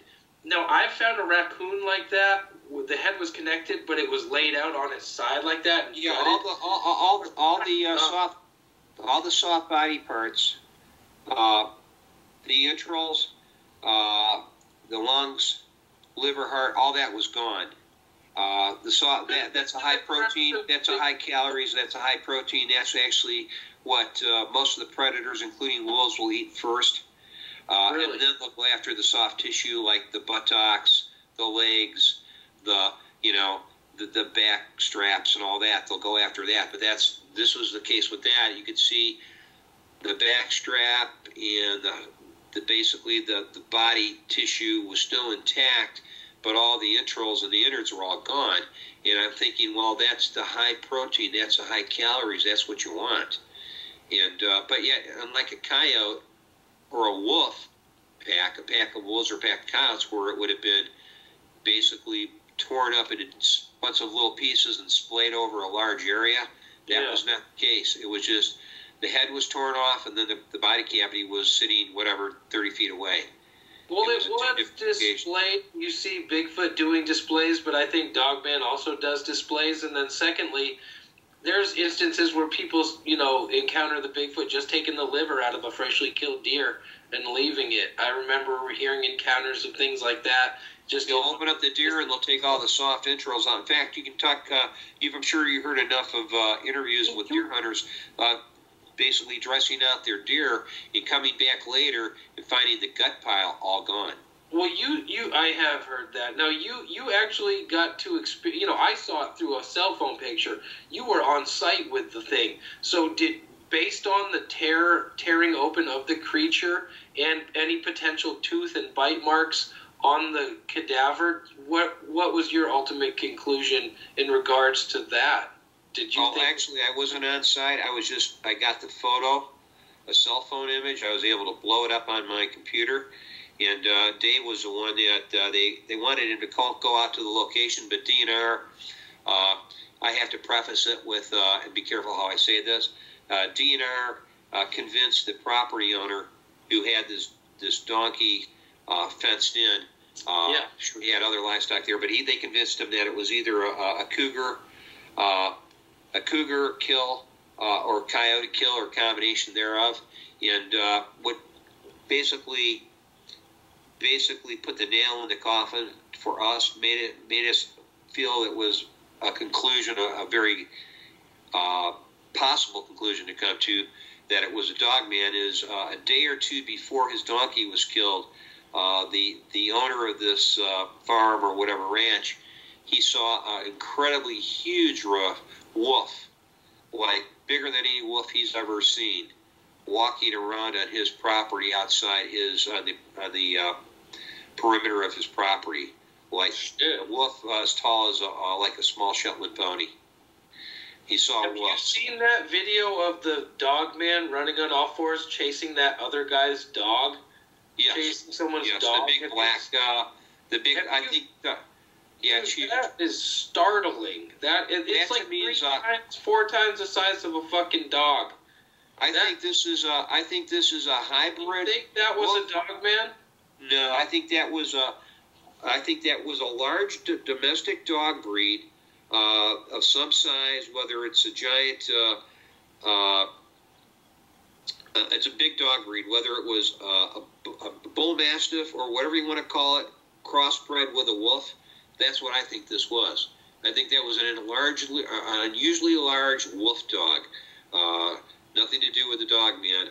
And I've seen, with my own eyes, I've seen coy dogs or coyote dog mixes, which are almost close to twice the size of a normal coyote, where you've had a German Shepherd and a coyote breed, a litter of pups that turn out to be half German Shepherd and half coyote. I've seen these out in my neck of the woods here in Illinois, and I'm here to tell you, when I've seen them, I thought, whose pet with this? And I saw one clear a 5-foot fence. It was standing next to the fence and just leaped straight up like a deer over it like it was nothing. And when I saw the size of it, it looked just like a coyote, but much bigger. And then when I talked to some of the local farmers in the area, they go, "Oh yeah, we have plenty of coy dogs." I go, "What is that the result of?" And he said, "Well, a lot of people come out and they dump their dogs off in rural areas. And he says, and some of these dogs, these females, when they go and eat, will breed with male coyotes, male coyotes. Even a coyote and a German Shepherd look relatively similar in the ear shape and the length of their snout. But I mean, you get a bull mastiff. I saw a bull mastiff today I was at Home Depot talking to a guy that had their Italian Mastiff, 3-year-old Mastiff in there, and he was a good boy, but, you know, they look more like a boxer, like a pit bull with that head shape. So that dog that was that wolf, whatever it was, that came out of the woods chasing that guy's dog, and his dog's like, fucking knowing it's about to get fucking demolished.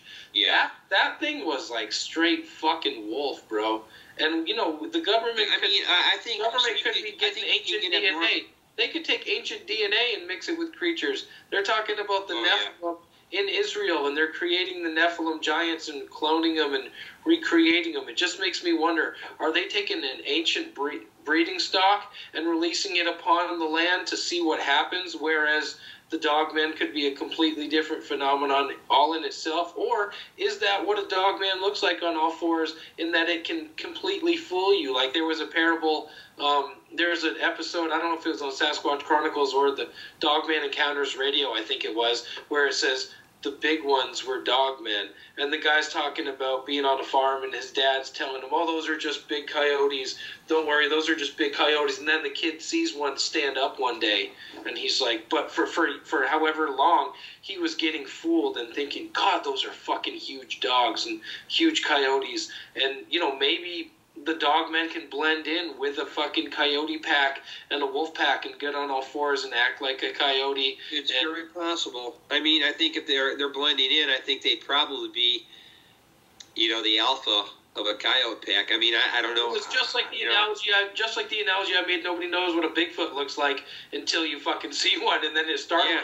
Same thing with the Dogman. I know you've seen Dogman, and but just because you've seen one doesn't mean you've seen them all, or you know how many types there are, or what, you know. Oh, exactly. I mean, there's variations in that, and even my one friend talked about that. He says they made this label up called the Foxmen, and I go, what are those? He says it's basically a smaller sized Dogman that really doesn't get much bigger than like 5 to 6 feet tall. He says then you've got the big ones that are 8 and 9, and in some cases even taller than that. And he says, but he says it's just a smaller breed. It's a variation. And he says, these labels mean nothing. He says it's just a misunderstanding or a misnomer.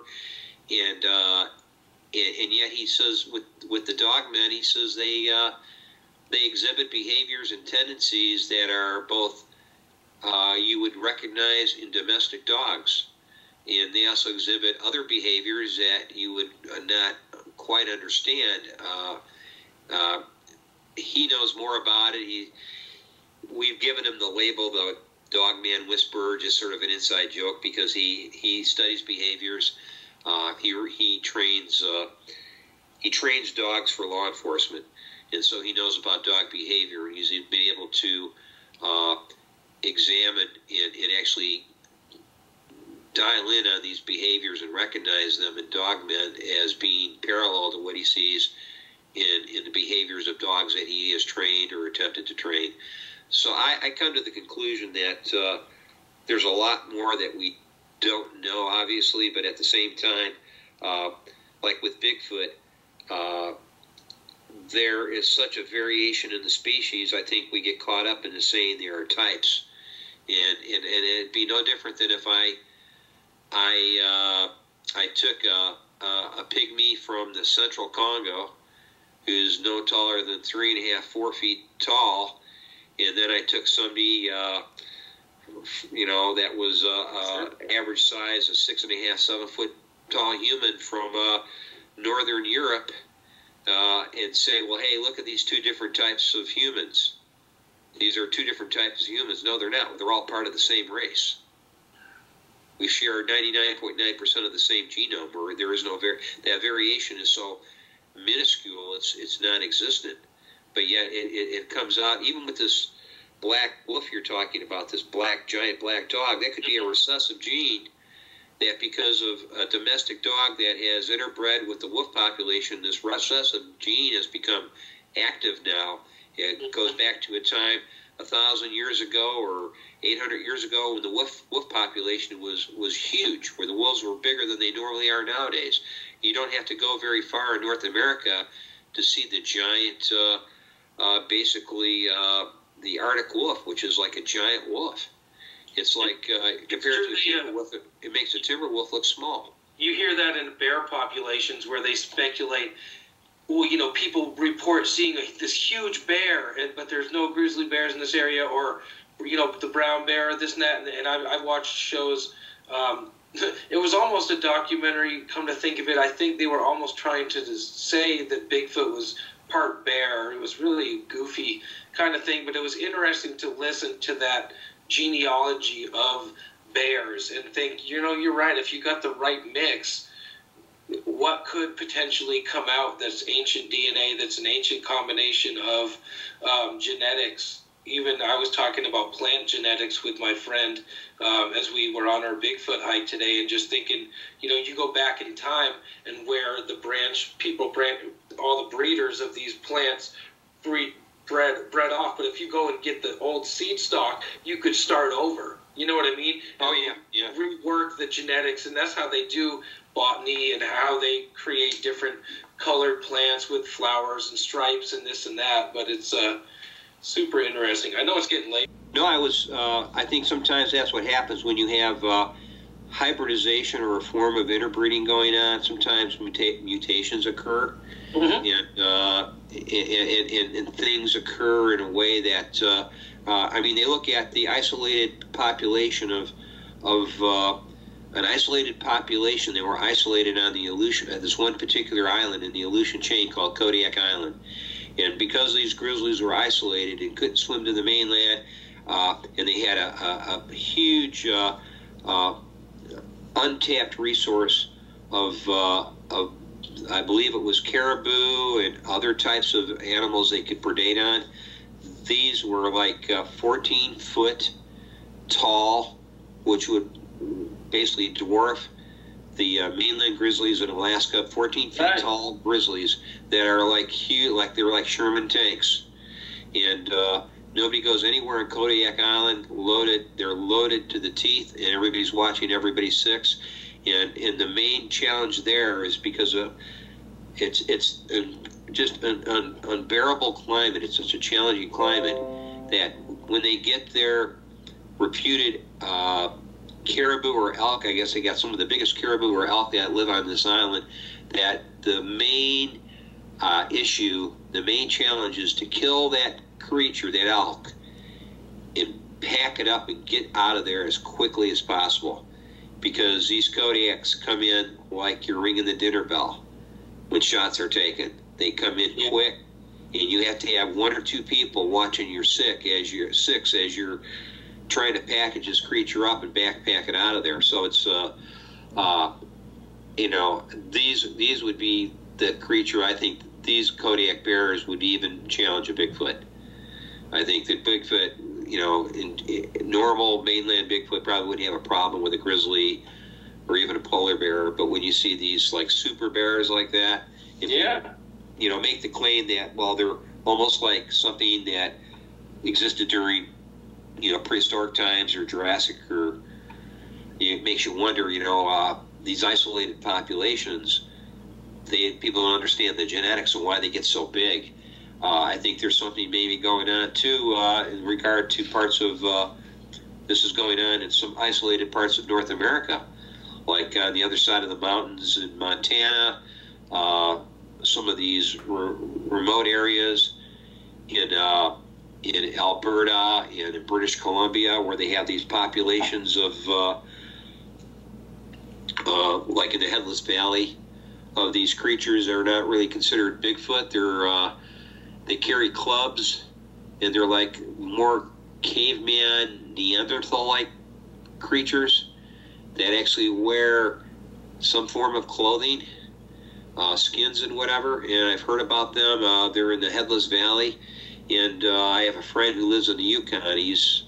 I'm sure we've never talked about it. I know he's familiar with it, but he says going back to the 1800s, where prospectors and gold miners were going into this Headless Valley, and they would disappear. And they came across these creatures that Neanderthal-like, caveman-like. They'd make shoes or their equivalent of their shoes out of skins, and they'd carry clubs.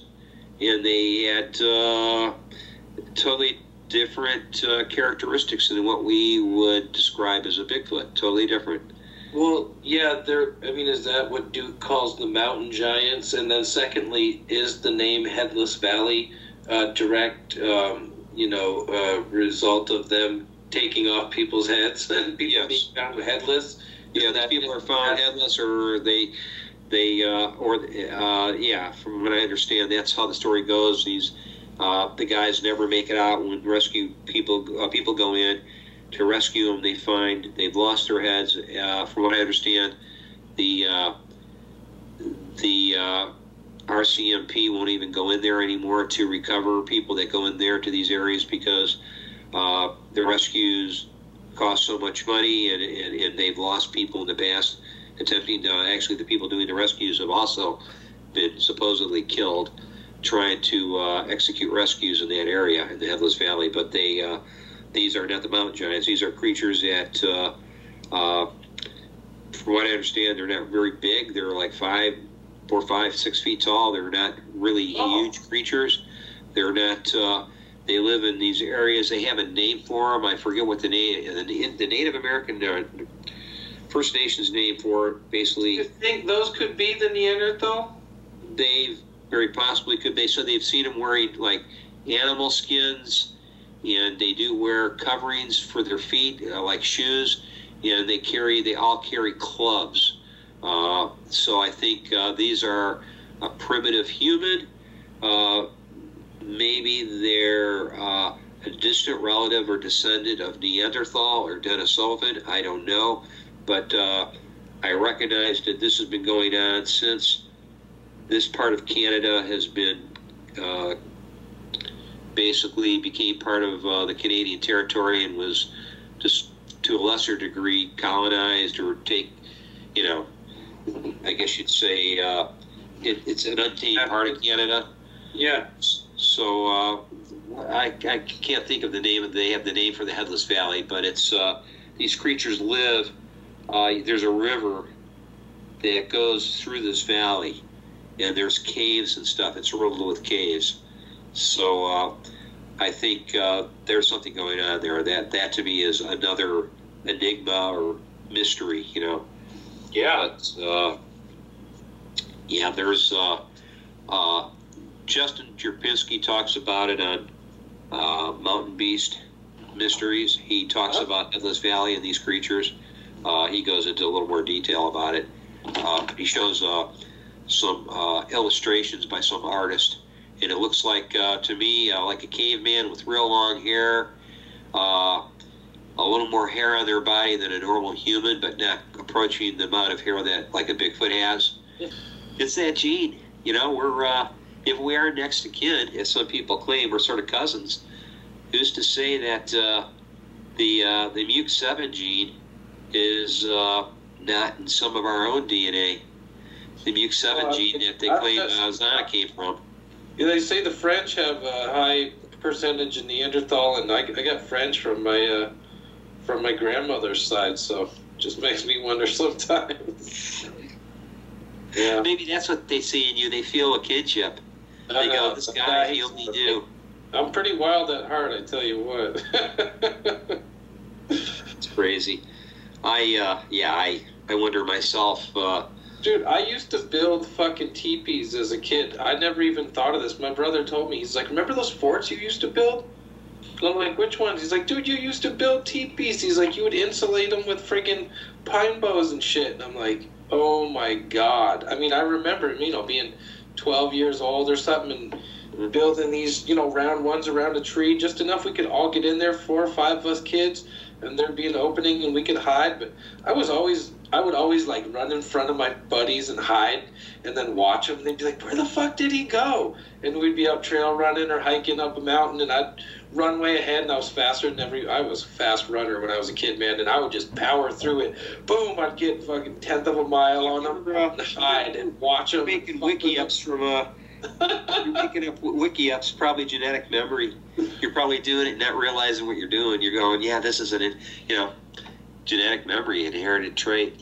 People makes you wonder You know, my one Native American friend, he sort of told me about teepees too. He goes, where do you think we learned to build teepees?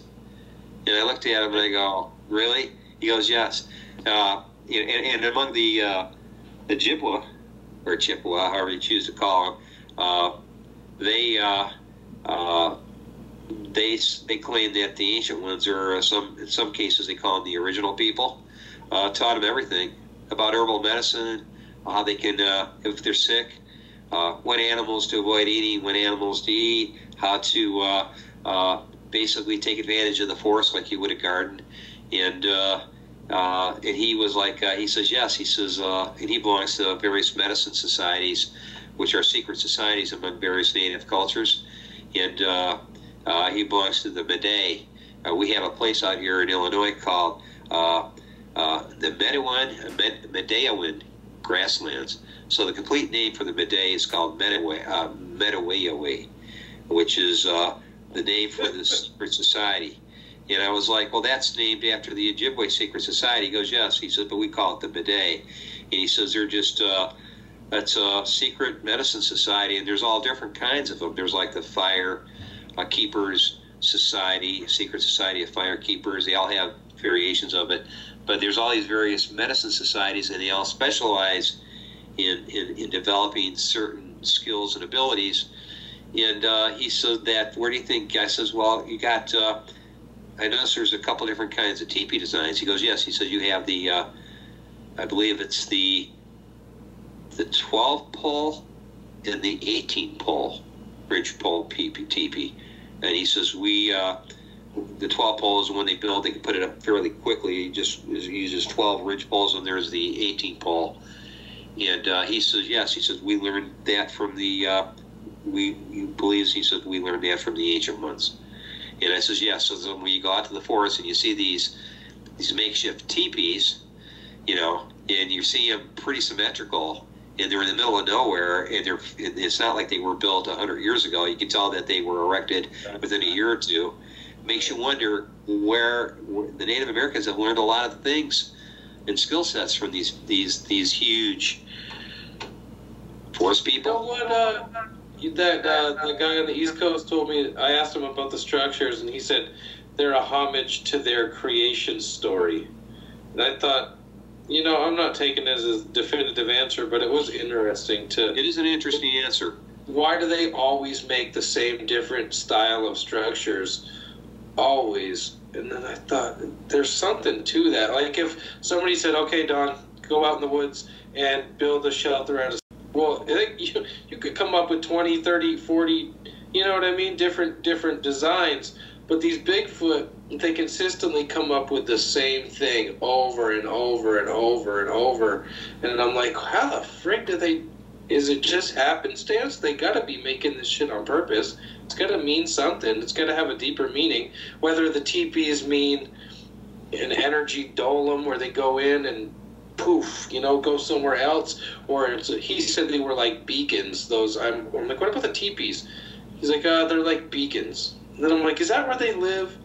And he was kind of like avoiding the question. And I'm like, maybe it is, maybe it's not. Well, it makes you wonder, does it gather energy? If you're looking at it from the standpoint of the parapsychological standpoint or paranormal aspect, does it gather energy and then they go into that structure, and that structure is basically it's a doorway to another dimension? Or does it like they go into that and then they pop up 10 miles away in another location in this physical world? You know, right. Is it like, you know, I guess there's so many, you can speculate to the cows come home what's going on there. Is it a form of symbolism? Is it their form of imagery, just like we have imagery and iconography in all our various religions throughout the world to such a higher being or a higher intelligence? Are they doing this also? Is the repeat building of these symmetrical teepees? Not to mention the repeats of these other structures, like you show in your videos of, I call it the backbone, or the backbone or the ridgepole structures, where it looks like there's a tree leaned up in the crook of another tree, and the tree leaned up is is 18 feet long, and then they have all the sticks stacked on either side like the backbone of a fish. Right. And you're looking at it and you're going, it's a hair. I call it a hairy bone or a backbone structure. Yeah. When I look at it, I'm going, I see that repeated all over the United States, possibly in other countries. But then the teepee is another enigma. It pops up all over in other countries. In Britain, it's also in this country. It's all over our continent. And you're going, what is the significance of seeing that constantly being played out in different topographies, not just in Colorado mountains. I've seen teepees here, right in the forest here in where I live, in the Midwest.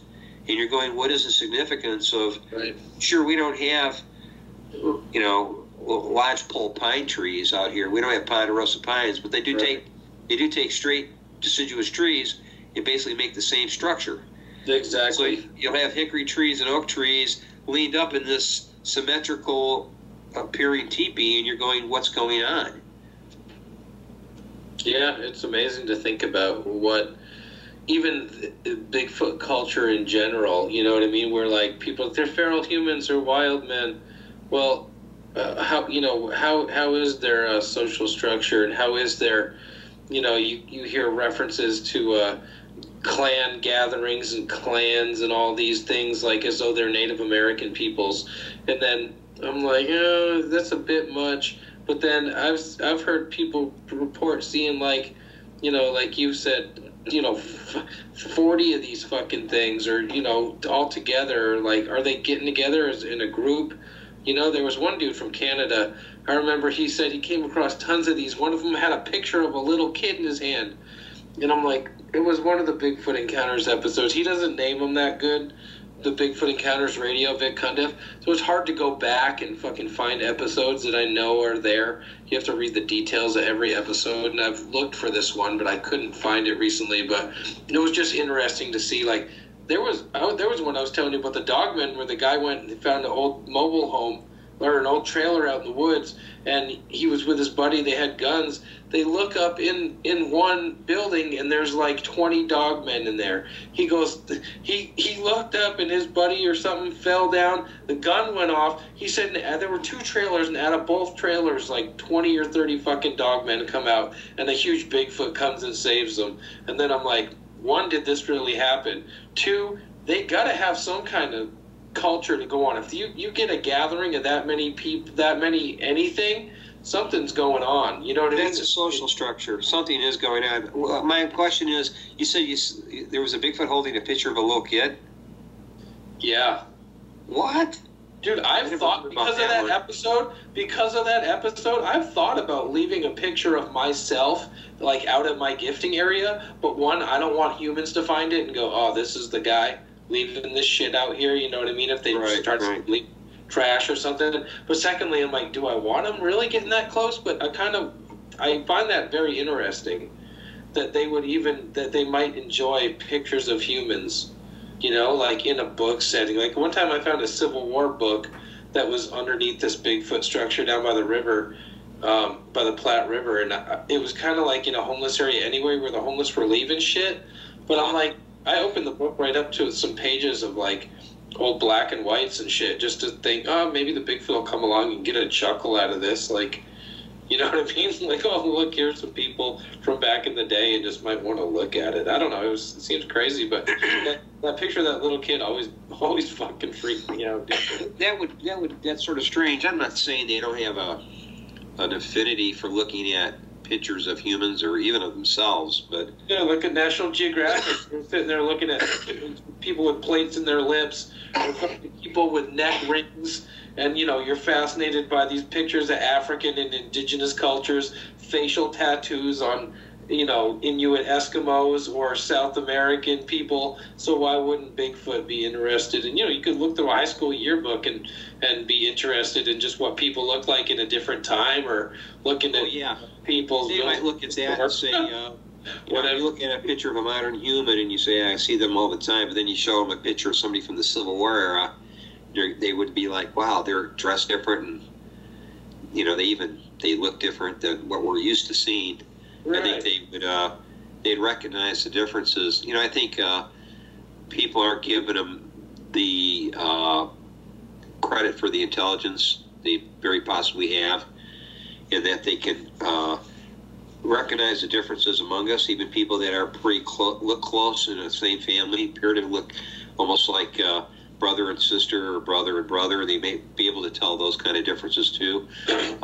I think there's a good possibility that they,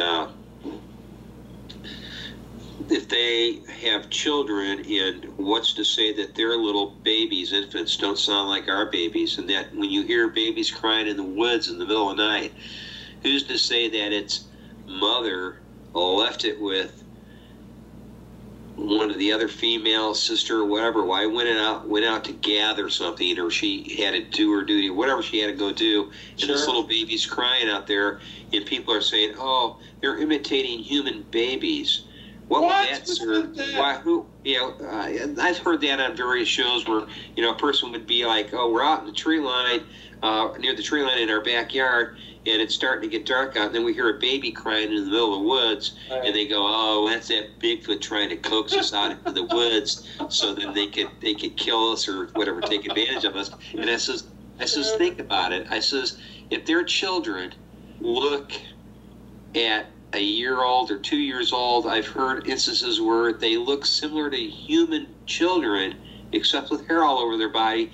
Who's to say they don't sound like our babies and our infants and our toddlers, and that we're just making the mistake of assuming that they're always imitating us? Not that they don't, but under the right circumstances, if their babies are crying because they want mama or daddy, whatever, hold them, and they're out hunting or doing whatever, and we're stupidly going, "Oh, there's that Bigfoot out there trying to coax us in," because, I guess I would be compelled if I heard a baby out in the woods to go, "God, I'm going to get my friends. Let's go out and save this baby." Right. But then, so what do you? Do you know if a chimpanzee or gorilla or orangutan babies, for that matter, would cry in a human-like way? Do you? I believe I've heard chimpanzees babies cry, or maybe I'm in gorilla, and it sounds very damn similar, if I'm not mistaken. Yeah, it sounds very similar. Again, we're primates too. We're, as human beings, we're also primates. It's just that what is it, 93? I think it's with chimpanzees we share. It's like 98, 97 or 98% of the genome. Yeah. And I think with gorillas or orangutans, it's like 93 or 94%. Is that right? Yeah. To my recollection, I may be off on that, but Melda, she's convinced that Bigfoot are not a descendant of a remnant population of Gigantopithecus, but she's basing it on the fact that all the genetic material that's been recovered from the protein, from the bones and jaw bones in teeth of these, quote, supposedly Gigantopithecus from the caves in Asia and stuff and other parts of Asia, that protein, when it was sequenced out, they found that they had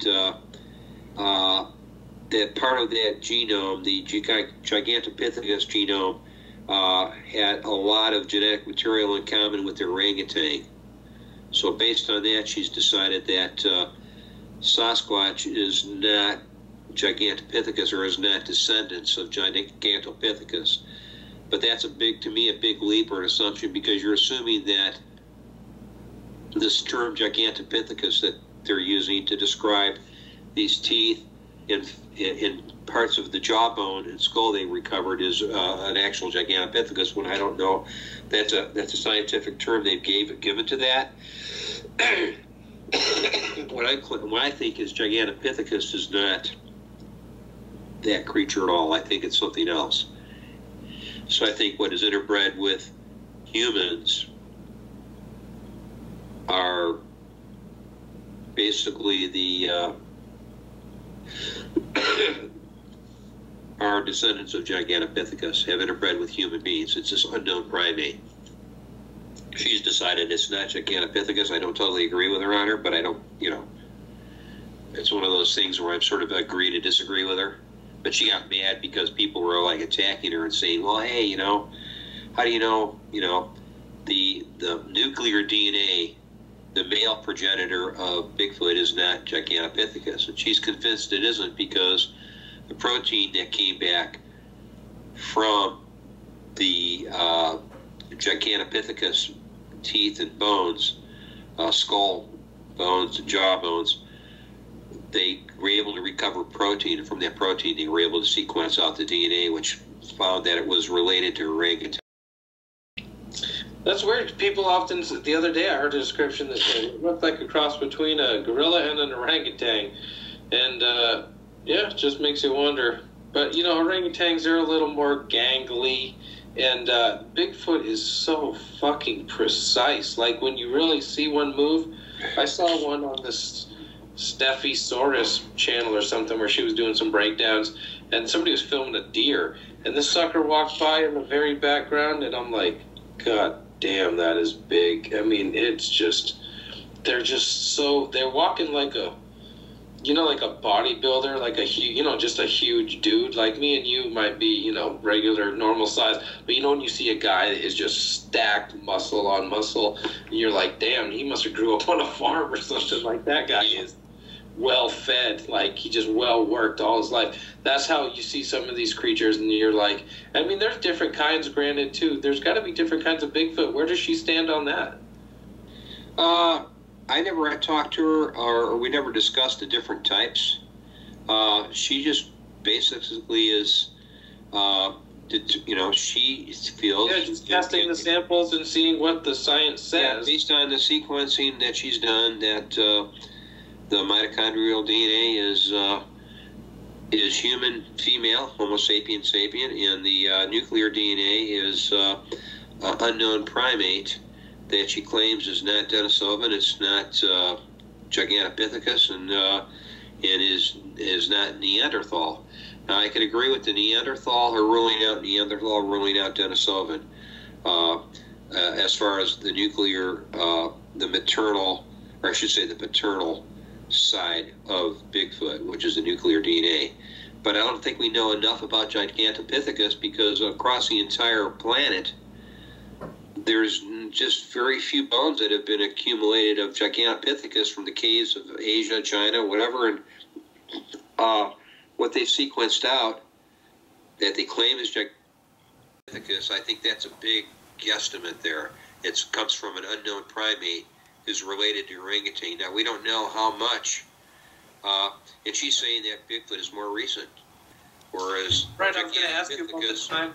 Is it 16,000 to 25,000 or something like that years out that Bigfoot's existed? Yeah, she says, well, in their present form, where they're actually started interbreeding with Homo sapien females, that didn't come into existence. That's more recent. I believe it's 26. I think it might even be 30,000+ years. They've been around, but predating that, there was a separation. There was this distinct population, distinct or different population of this unknown primate, and so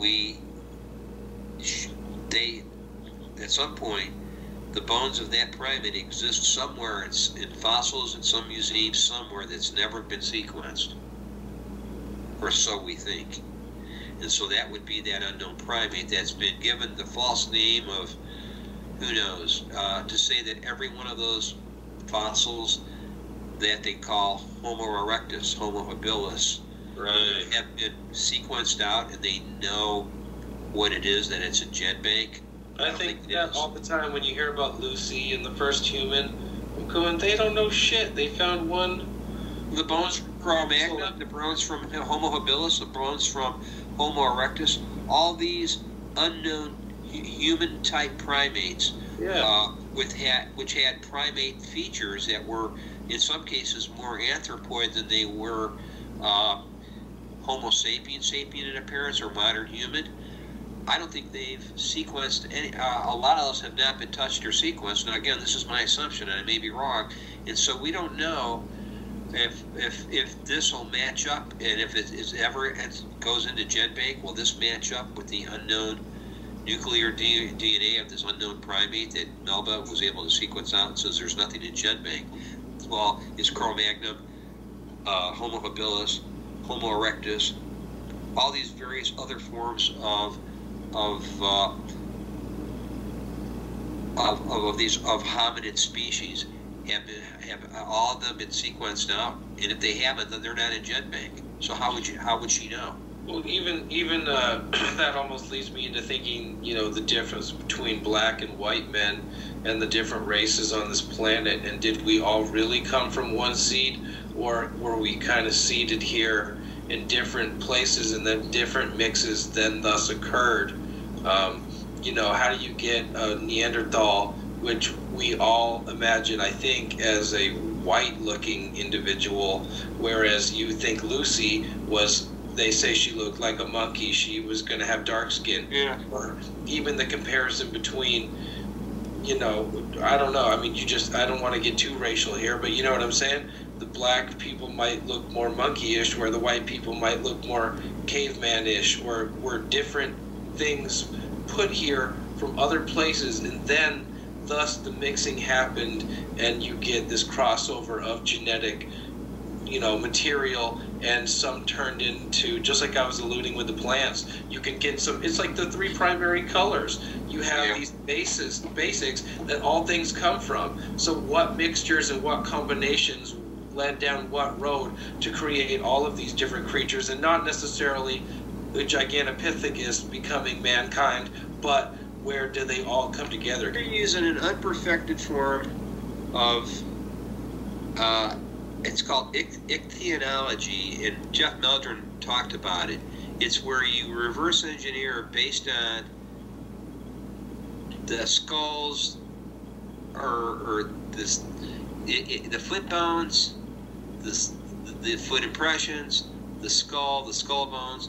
What you do is you that's all you have. Like with Gigantopithecus, you have a few teeth, and you have part of a jaw, maybe part of a skull, but then you have nothing else. And from that, you reverse engineer it, you come up with the actual size of this creature. And it's called, I believe it's called ichthyonology or something. That's how they've been able to reverse engineer some of these dinosaurs. But then when they find later on, when they find the whole organism still intact, like in dinosaur, I guess you'd call it in rebuilding dinosaurs, or in paleontology, they found that they've been off the mark, that the skull or part of the appendage that they discovered finds out the appendage is much smaller than the actual body of the creature that they finally uncovered, and that this reverse engineering, the science they created, is actually imperfect and not even close.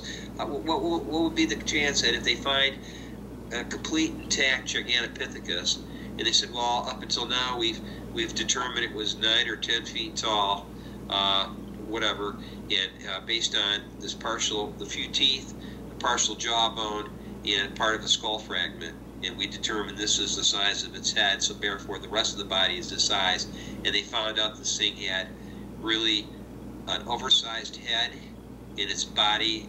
In reality, they find a fully grown Gigantopithecus fossil that turned out it was 6 foot or 7 foot tall, or just the opposite, it's 18 feet tall. And they just missed the mark totally. I mean, science, it's not the first time science has made a mistake. And I think this is they're going down that road here. I think they haven't perfected it. Science is constantly updating itself constantly. It's not afraid to say it makes mistakes. That's the nature of science. This is what it knows now. This is what they think they know now, and then they find more evidence that basically defeats that explanation, and they say, okay, now we have to upgrade it, because now we find out that there are no longer 9 planets. Now we have 12 planets. They're constantly updating that. Now they're coming up with a theory that an astrophysicist or astronomy, that there's a potential that we have a second sun, that we are from a dual system, a dual solar system. Well, most are, so it wouldn't surprise. Yeah, and they say, just that the second sun is being hidden. We're always on the opposite side of the sun from where the solar twin would be, so we'll never see it. Yeah. Well, and stars are always dying. Stars aren't a constant. Eventually, our star is gonna be gone. The sun is gonna be kaput, right? Oh yeah, it's definitely, there's actually they're saying right now based on the information the Russians have, and I believe NASA has come to the conclusion, our sun is already dying. It's been dying for some time. It's not a brown dwarf at that stage, but it's in its final stages. But we're talking about hundreds of billions of years still left. Oh, certainly. And it's in that die out. Could be changing color. How does a brown dwarf become from a full-fledged, fully burning star? Somebody was saying, oh, the light doesn't look the same from the sun, and when I was a kid, this and that, and I thought, well, fucking, it's probably in a state of change, and that could be why they're spraying the chemtrails in the sky. Or the brown dwarf scenario. I've seen a lot of like double shadows and images where I'm like, well, maybe there could be this brown dwarf on the rise that's gonna come close, and what is it, wormwood in the Bible, and wormwood. Yeah, that was also the name they used for Chernobyl. That was what Chernobyl means is wormwood. That was the term they used for. It's sort of funny that was the first the one that we know, the first nuclear disaster. But it makes me wonder. Like I said, you asked the question earlier about, how do we know we're the black race and the yellow race and the red race and the brown races and white races? Where did they? We're all seated here at different times. What happened? And I'm not going to launch into the Meyer material because he goes into explaining all that also, and how it was told to him, and it makes Battlestar Galactica seem boring. Because when I read this, I was like, man, this would be better than Star Wars if somebody ever wrote this as an epic like series of movies. It would blow away Star Wars. I mean, I look at Star Wars and I look at the Meyer material and I go, man, this is way more interesting. Well, even they talk about the Syrian overlords and all this. Yeah, the Indian races and flying the spaceships and what India, just the history of the Sanskrit texts and shit you read from their ancient past, and you're like, wow, there was stuff going on. I mean, look at the flood, for instance. There was a whole time on this planet pre-flood where the technology might have been greater than it is now, and to think, we were the only super civilization. We are now at the epitome of the highest tech civilization. I got news for you. There were more advanced ancient civilizations that we could not nowadays hold a candle to. They would look at us from those ancient civilizations that they could travel forward into the future and look at us and go, oh, they're still driving an internal combustion engine, and the military is, 150, 200, 300 years ahead of the public population, and they're still back in the Stone Age, heating their houses with natural gas, and burning wood to stay warm, and they look at us and they laugh and say they think their cars, that guy's driving a Tesla, we're using, basically antimatter or whatever you want to call it to fuel their engines, or I should say what Lazar talks about, element 115 unobtainium. They're using 115 to fuel their devices and their vehicles, and we're still stuck with petrochemicals and fossil fuel, and we think wind power and solar is the advance. I got news for you. If we really harnessed the energy of this planet, we would be doing what they're doing in Hawaii now, and they should be doing this all over the world. And if they did it in a safe way, they could use geothermal, and they're doing it in Hawaii now. If we did geothermal, we could get off of fossil fuels. If we did geothermal in a safe way, we have. They've already proven the internal part of this planet, the Earth's core, is like a sun. Basically, it's like a, it's a nuclear reactor. I guess that's a poor way to put it. It's not really a nuclear reactor, but if you tapped into geothermal, you would have them fracking in North America and other places, just destroying this planet, where you're pumping mixtures of poisons and toxins with water back down to extract this oil-laden sand or whatever they call it when they're fracking. And that's, it's gonna, they can't understand why they're having all these earthquakes, these mini quakes all over Dakotas and Oklahoma. It's a result of the fracking. Mother Earth is, it's reacting. It's just like me when I get sick, my body pitches a fit. Well, that's what Mother Earth is doing. It's reacting. It's having violent upheavals because of what we're doing to it. Not just with the fracking, but the chemtrails or the seeding of the atmosphere with all these stupid chemicals and all this other crazy stuff they're doing.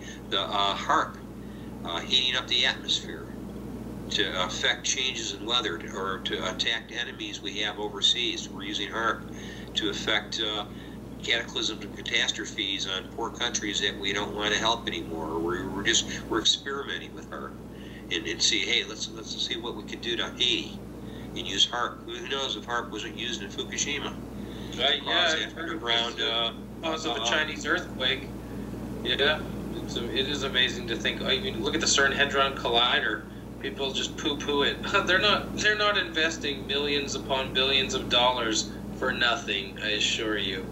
And even anything that's going on in the surface, what's going on underneath the ground in the military sector is it's also interesting to think. Yeah, there's so many things, aren't there, that are going on in this world. It's incredible. I mean, there's underground military bases everywhere on this. I saw the map of all the underground installations all over the United States, and it looked like a map of train stations everywhere. It was like I was like, holy shit, And that's just military. They said there's roads underneath the ground that they got 18-wheeler trucks, going both ways. Fucking military's got it all connected. Those are the only ones that they let you know about. I'm sure there's others out there, but it makes you wonder why they're burning California and why they're burning Australia right now. I think they're carving it up like Swiss cheese, and they're trying to displace the people and get them where they want them to be, and get them out of the areas that they want exclusive military. Just makes me wonder. I know there's tons of. Look at the submarines going underneath the shelf in the Pacific in California. They're going underneath the land. You hear about that submarine that got lost back in the 80s or something like that? Yeah. Go in under San Diego and these places. Yes. Where they get lost in there, and one went missing and they never did find it. But this is all. There's a book. It's called Secrets of the Mojave by Richard Branson, I think is the author. The book is definitely called Secrets of the Mojave, but it starts off like there's a lot about the inner earth, and the Mojave Indians, I believe, wrote to this magazine and said, okay, if the viewers of this magazine will donate enough money for us to get through the winter and live, we'll tell you all these secret stories and shit. And so they generated enough money that they were true to their word, and they released all these secrets about the inner earth. And we're talking about this, but this book, I used to have some that was like, I think David Wilcock did it, and there were certain chapters online that were read in that computer voice, and I would listen to this shit. I had it on my old laptop years ago, and but the book is available for free online, and you can read about all these experiences about people coming across different, getting kidnapped. They're mining and they fall through into this chasm. Then these like half-retarded people that are super strong come up and take them and force them, into here, and then they end up getting freed by this other group. They come and kill them and say, these guys were going to eat you, get out of here now. And I mean, just like crazy stories from this book, but it's just super, super fascinating to think what is really going on this planet. It's way more than we're told on this. We're only looking at the tip of the iceberg because of the suppressed history. The history written by the conquerors or the controllers are all we know, which is really a small percentage of what we know. Everything else is being suppressed. Even the elites that may know of this information, the hidden sciences, the true history of mankind, even they don't understand it, even though they may know about it. I think they themselves don't understand it. I think, I look at the lands of in the Amazon, which stresses Bolivia, Peru, part of I think Brazil, but it's one of the biggest rainforests in the world. They've been talking about this for since the Spanish conquistadors invaded South America and is up till present times of this race of giants that live underground in the Amazon, in that they're at a point in the future, and it, from what I understand, it's not far off in the future. There's going to be this cataclysm and major earth catastrophes and changes. These red-haired giants will come out of hiding from their underground shelters, and they're going to basically attack the land dwellers. And there's going to be a lot of killing and destruction, because they're going to be pissed off because they remain hidden underground, left alone, trying to enjoy peace, and then we're up here on the surface creating all this shitstorm.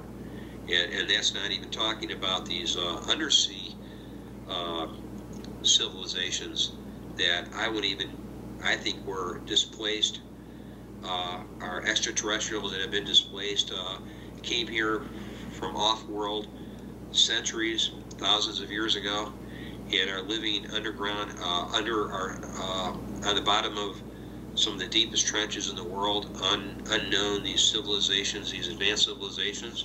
And when we start mucking around with our nuclear submarines and all this state-of-the-art electronic, what I call beam weapons, and start causing weather changes with HAARP, I think these people are also going to emerge from these civilizations at the bottom of the oceans, and they're going to make themselves known. They're going to come out. And this is based on some of the information I've read and have been reading about for years. And I think the United States will precipitate a lot of this, because we invade every country. We go after resources of all these other countries. We've had since our existence for over 300 plus 50 years. We've had 21 years of peace since the United States has been always at war. I know. Yeah, we've been at war, invading, and basically still doing imperialism to this day, because we feel that we have to. We use the excuse for policing the world, but we're not policing anything. We're just going in, doing regime change, and taking resources. And when those people we put in control of the countries for the regime change don't follow orders, we end up like Muammar Gaddafi, or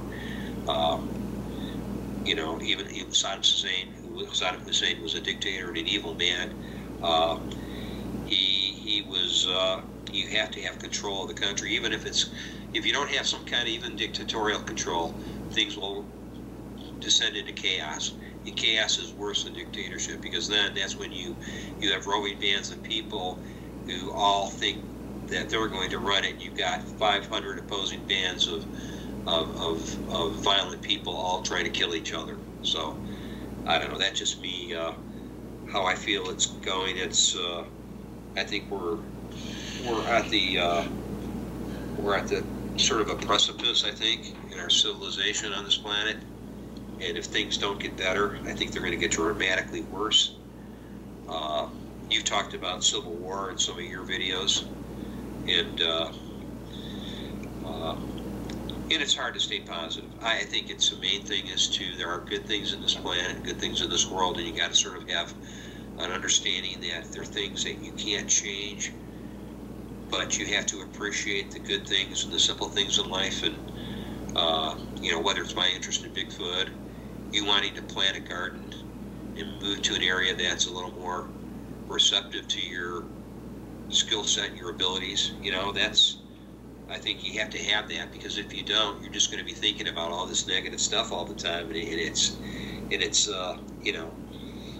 you give yourself over to no hope. And I think that's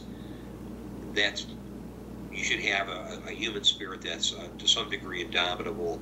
You have to have hope, and you have to have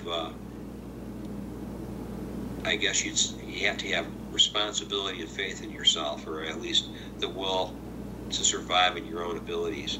And I think that's what people are losing now. They're thinking, well, I don't care. I just want what he has, and if he doesn't give it to me, I'm going to take it. And this is what our world is becoming. People are alarmingly becoming just more greedy, more selfish, more people are being pushed to the limit, and this is what's resulted in our society. People that are disenfranchised are turning to criminal enterprise. You know, I think part of that is, you know, definitely too many people. You know, you don't have to go to a big city to see that there's too many people in the world. But, you know, go to Tokyo or go to Hong Kong, and you see people just stacked on top of each other. Right. And, you know, positive when you're in the city and you see it stacked up so much. It's fucking overwhelming, man. Just seeing the change around you and going, where is this influx of people coming from? Yeah, it's. You know, I see the shitholes of the United States, like Philadelphia. You know, I'm not knocking the people that live in these cities, and don't get me wrong, but when I see, I would hate to live in Philadelphia, man. To live in Philadelphia or Baltimore, you have people up the street. You know, Cincinnati, Baltimore, any of those cities. You know, Chicago. Who wants to move to these big cities? Unless you're living in the elite suburban part of those communities, and you got to be making six-figure, you know, incomes or seven-figure incomes, there's no way you're going to be living in those areas. So you end up living in the inner city in a quagmire of corruption. In Baltimore, Cincinnati, Philadelphia, Chicago, Detroit has turned into basically a graveyard. Flint, Michigan, it's sad that you see that, and you're going, well, these people, they make an exodus, mass exodus, if they can get a little money together, and they end up in places like Denver, and look what happened to San Francisco and L.A. You got Skid Row there, now you got Skid Row forming in San Francisco. You got all these homeless people, and pretty soon Denver's going to be just like that. You're going to have a major Skid Row basis of all these people disenfranchised from all these other cities, living homeless, which they're already, I'm sure, a good faction of them already living homeless. It's on the news every fucking day about neighbors are worked up about all these homeless people, and the homeless people are causing all these problems, and where do they go? And the judge just passed it's unconstitutional to ban the public camping, and you know these people who have nowhere to go, you can't tell them that they can't pitch a tent, or you can't charge them, and then Denver's, you know, fighting that, and the city's fighting back, and it's just like, fuck, it's a chaos, man. It's falling apart. People are they're taking so much money out of your pocket, and then they're like, here, 30-hour work week's a full, you know, that's full time.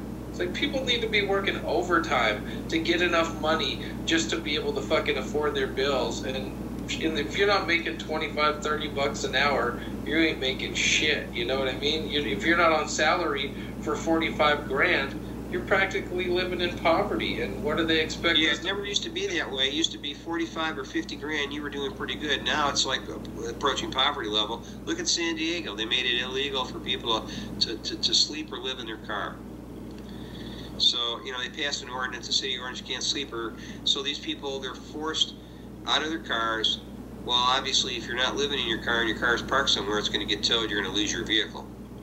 So now they're being forced to live in public access areas so Big Brother can watch you. So you're living like in areas where, you know, city parks or whatever the city government allows you to pitch your tent. And so now you're forced out into the elements. They're trying to, you know, homeless people have a right to live too, but they're, you know, the way they're doing what Florida's doing. They're trying to put them in a situation where they don't live as long. The elements will kill them.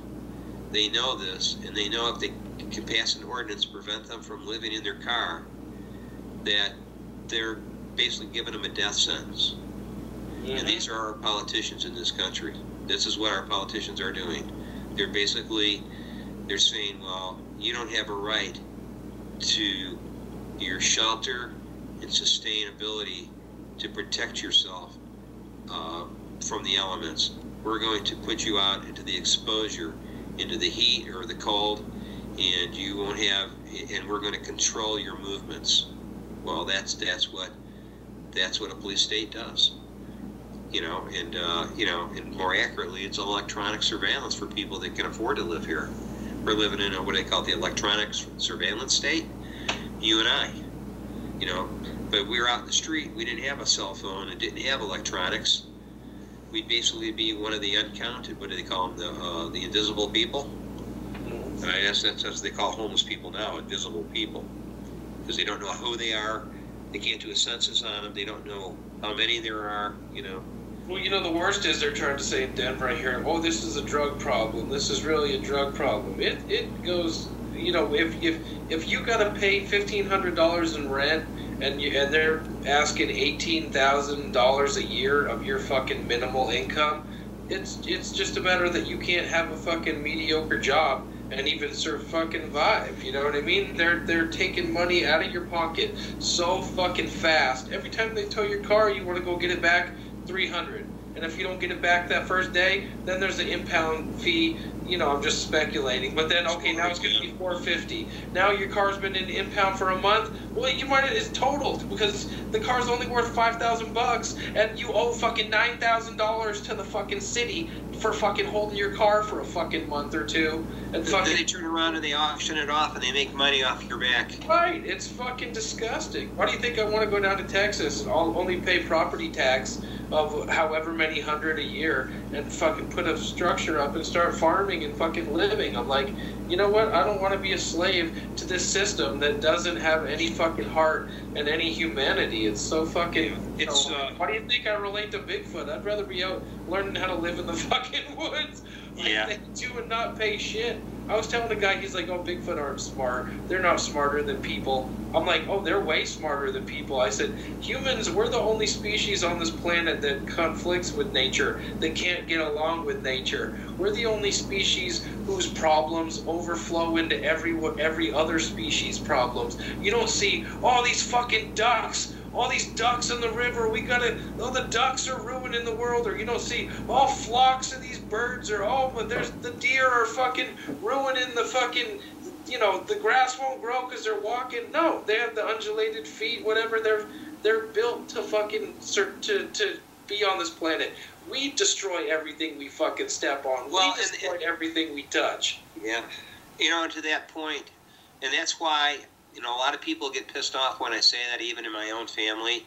And I know I bring up the ire, and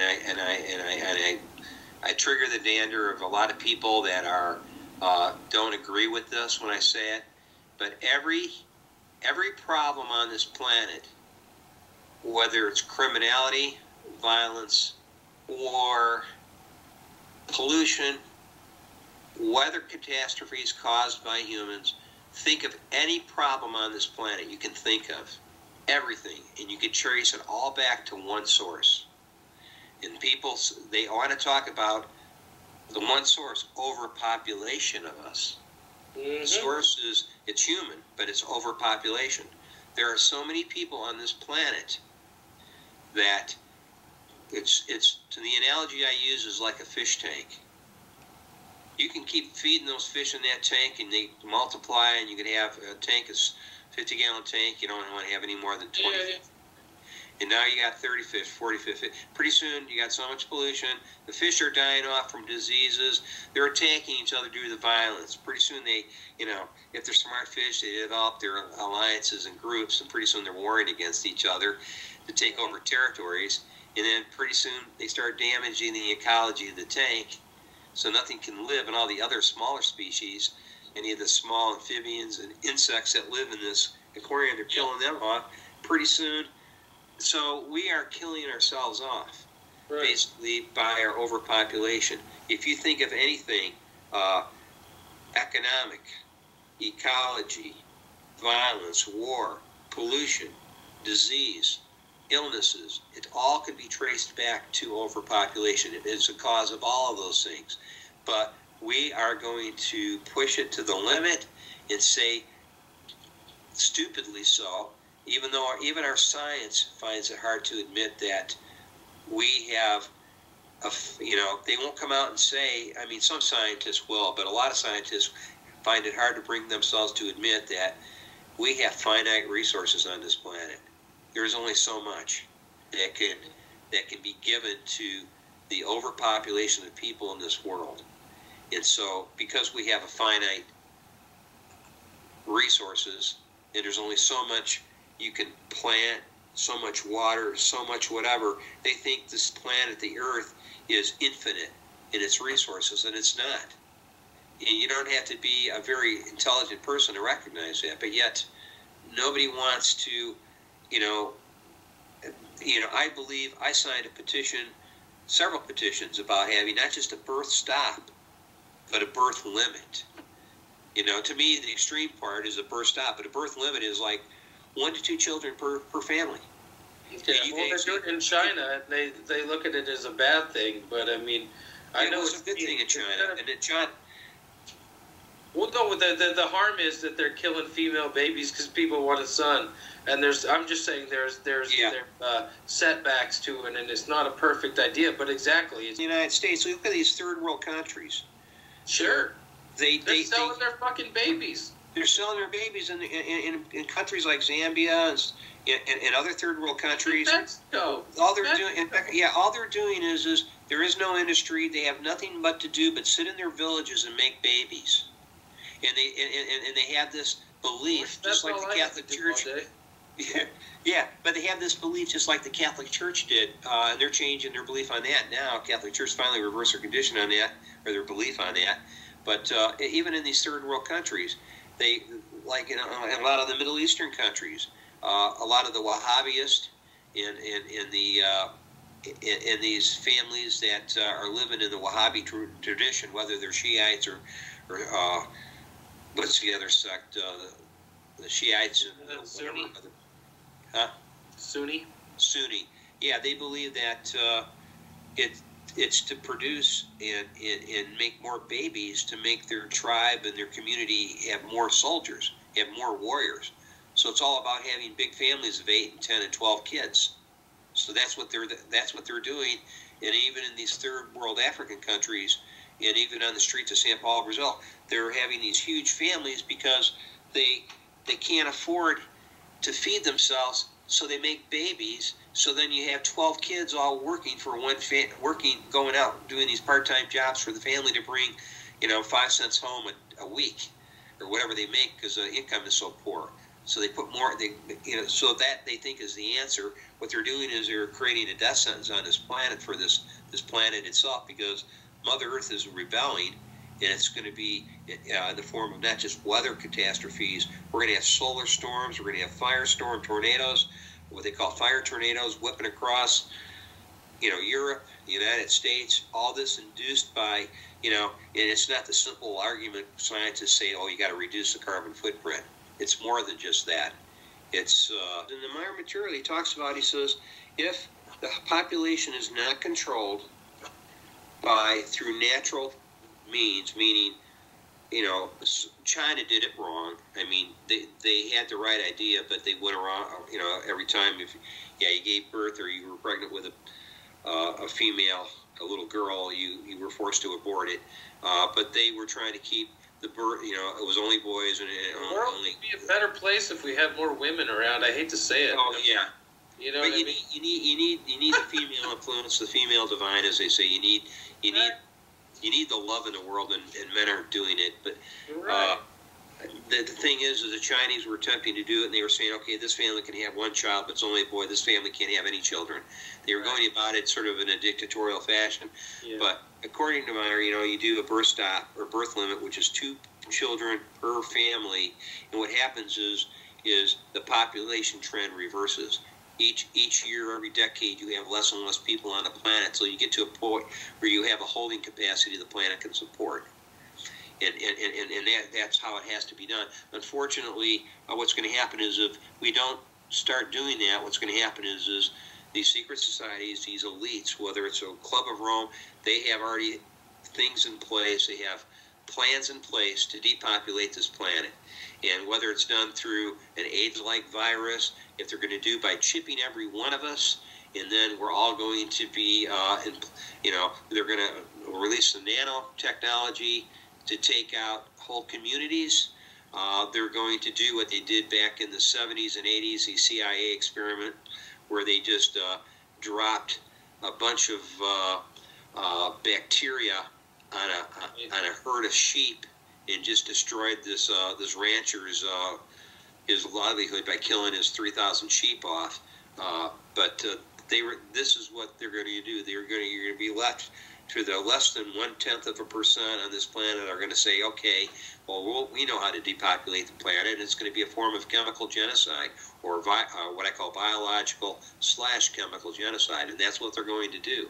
They're going to take matter in their own hands, and they're going to do it in a fashion that's going to be sad, and it's going to be unfortunate, and that's what, if we don't do it in a way that we can do it rationally, that's what's going to happen. And that's the prediction I read about. And like I said, I'm hoping it's not true, and I don't want to believe it. But at the same time, it makes you think about what's really going on. And then you talk about the weather weapons. That's this militarization where we have to bring other countries to the knees to say, yes, the United States, come in and help us, not realizing that we were the ones, through some form of weather weapons, have destroyed their country or done something to that country where that country is beholding to say, yes, bring the Marines and bring your National Guard and bring your troops into this country because we have no infrastructure. We are totally destroyed. This earthquake came through, or hurricane, whatever, and destroyed us. And now we're basically we're totally dependent on the United States. We're basically a serf of the United States. And I look at it in Haiti. I think something was going on there. And again, Japan at the time Fukushima happened, from what I understand, is they were going to join the BRIC states and get off our currency or not participate in the World Bank, which is basically part of the Federal Reserve is part of the World Banks. It was that the Japanese were were threatening to sort of drop out and become part of the BRIC states. And sort of like what happened with Fukushima, the undersea earthquake that happened. I'm not saying it was a beam weapon or HARP, but it very well could have been, because it sort of happened at an appropriate time, right when Japan was becoming a threat to us economically. All of a sudden, they're fucking destroyed.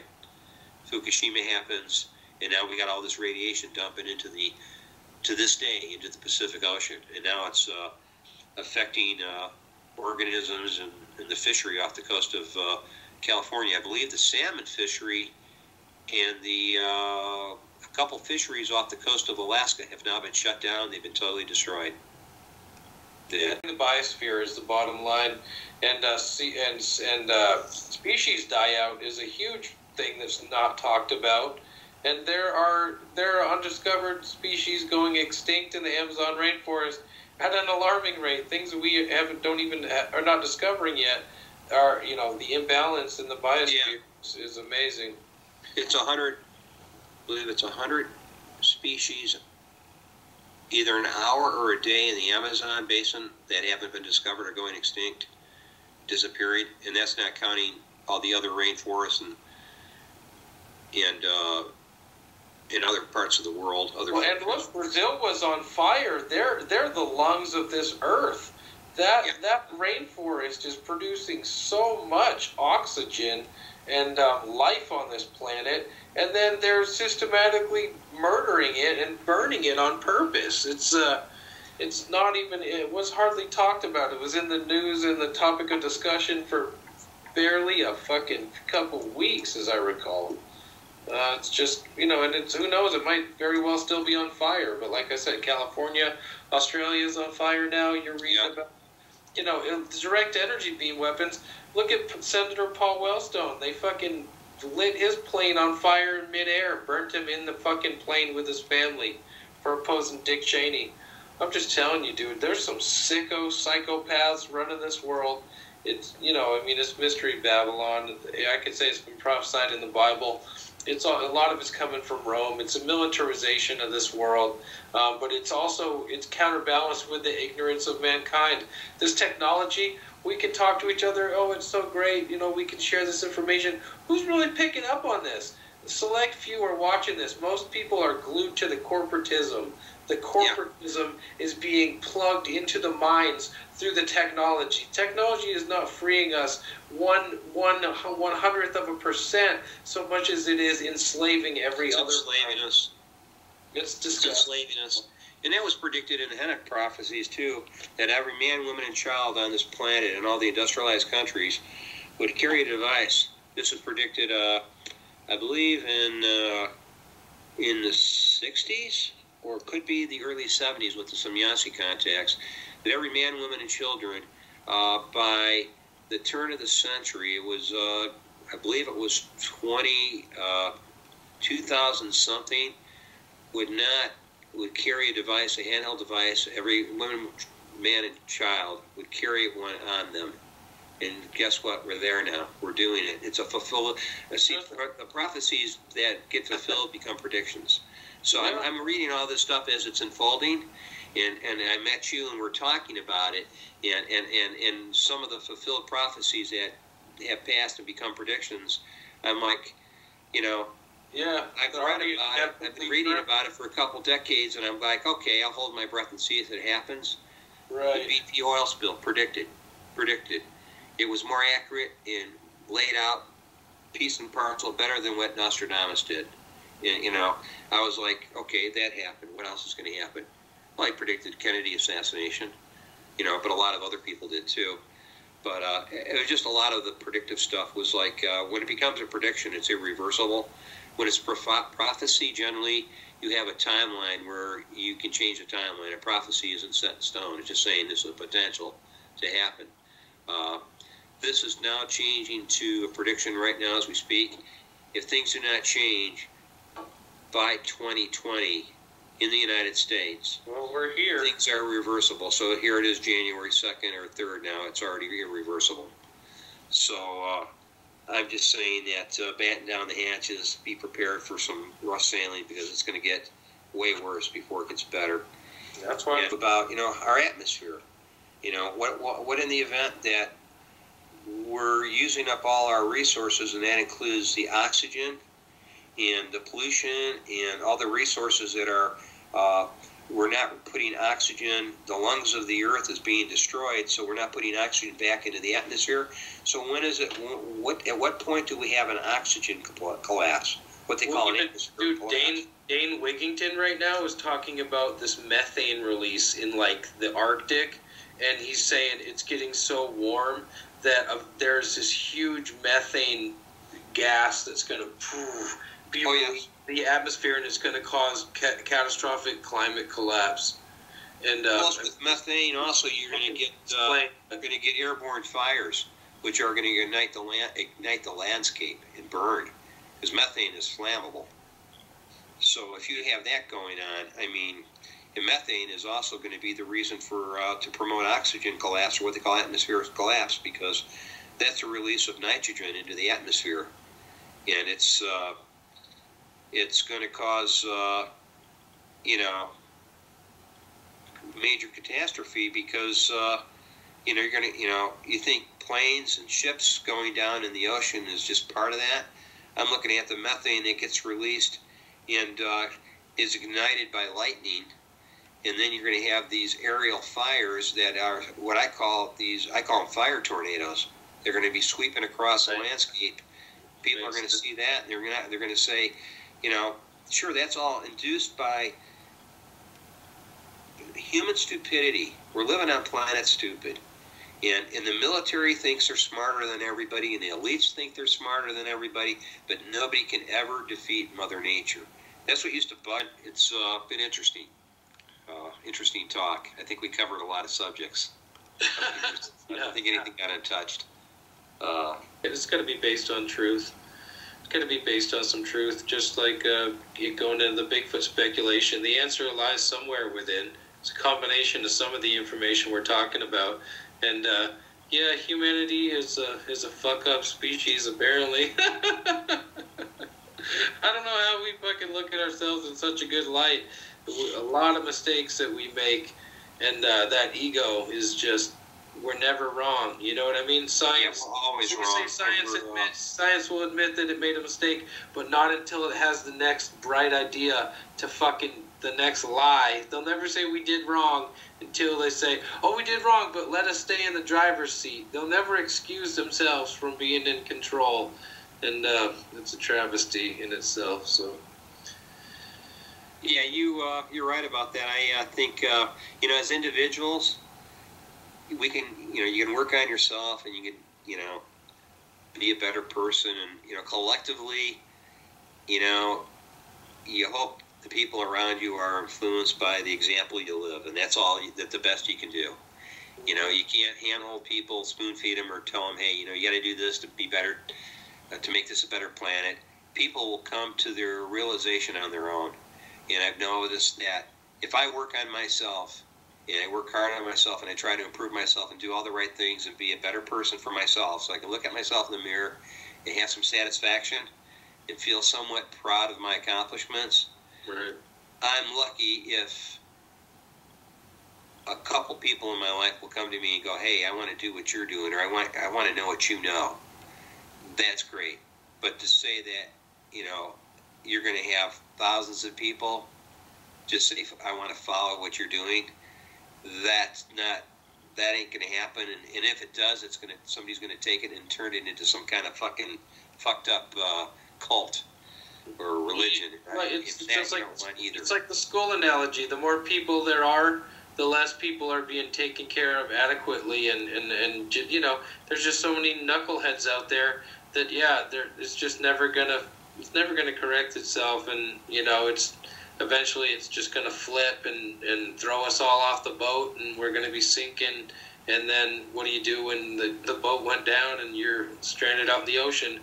That's a scenario that we're going to be in. So just don't be around all the people, I guess, is the answer. But yeah, Don, it's been a good chat. I think we can wrap it up. You should be able to retrieve an hour or so out of this somewhere, huh? I think it's going to be a long one. We'll see what I can do with this recording and what I can make out of it. And we'll leave it at that, man. It's been good chat.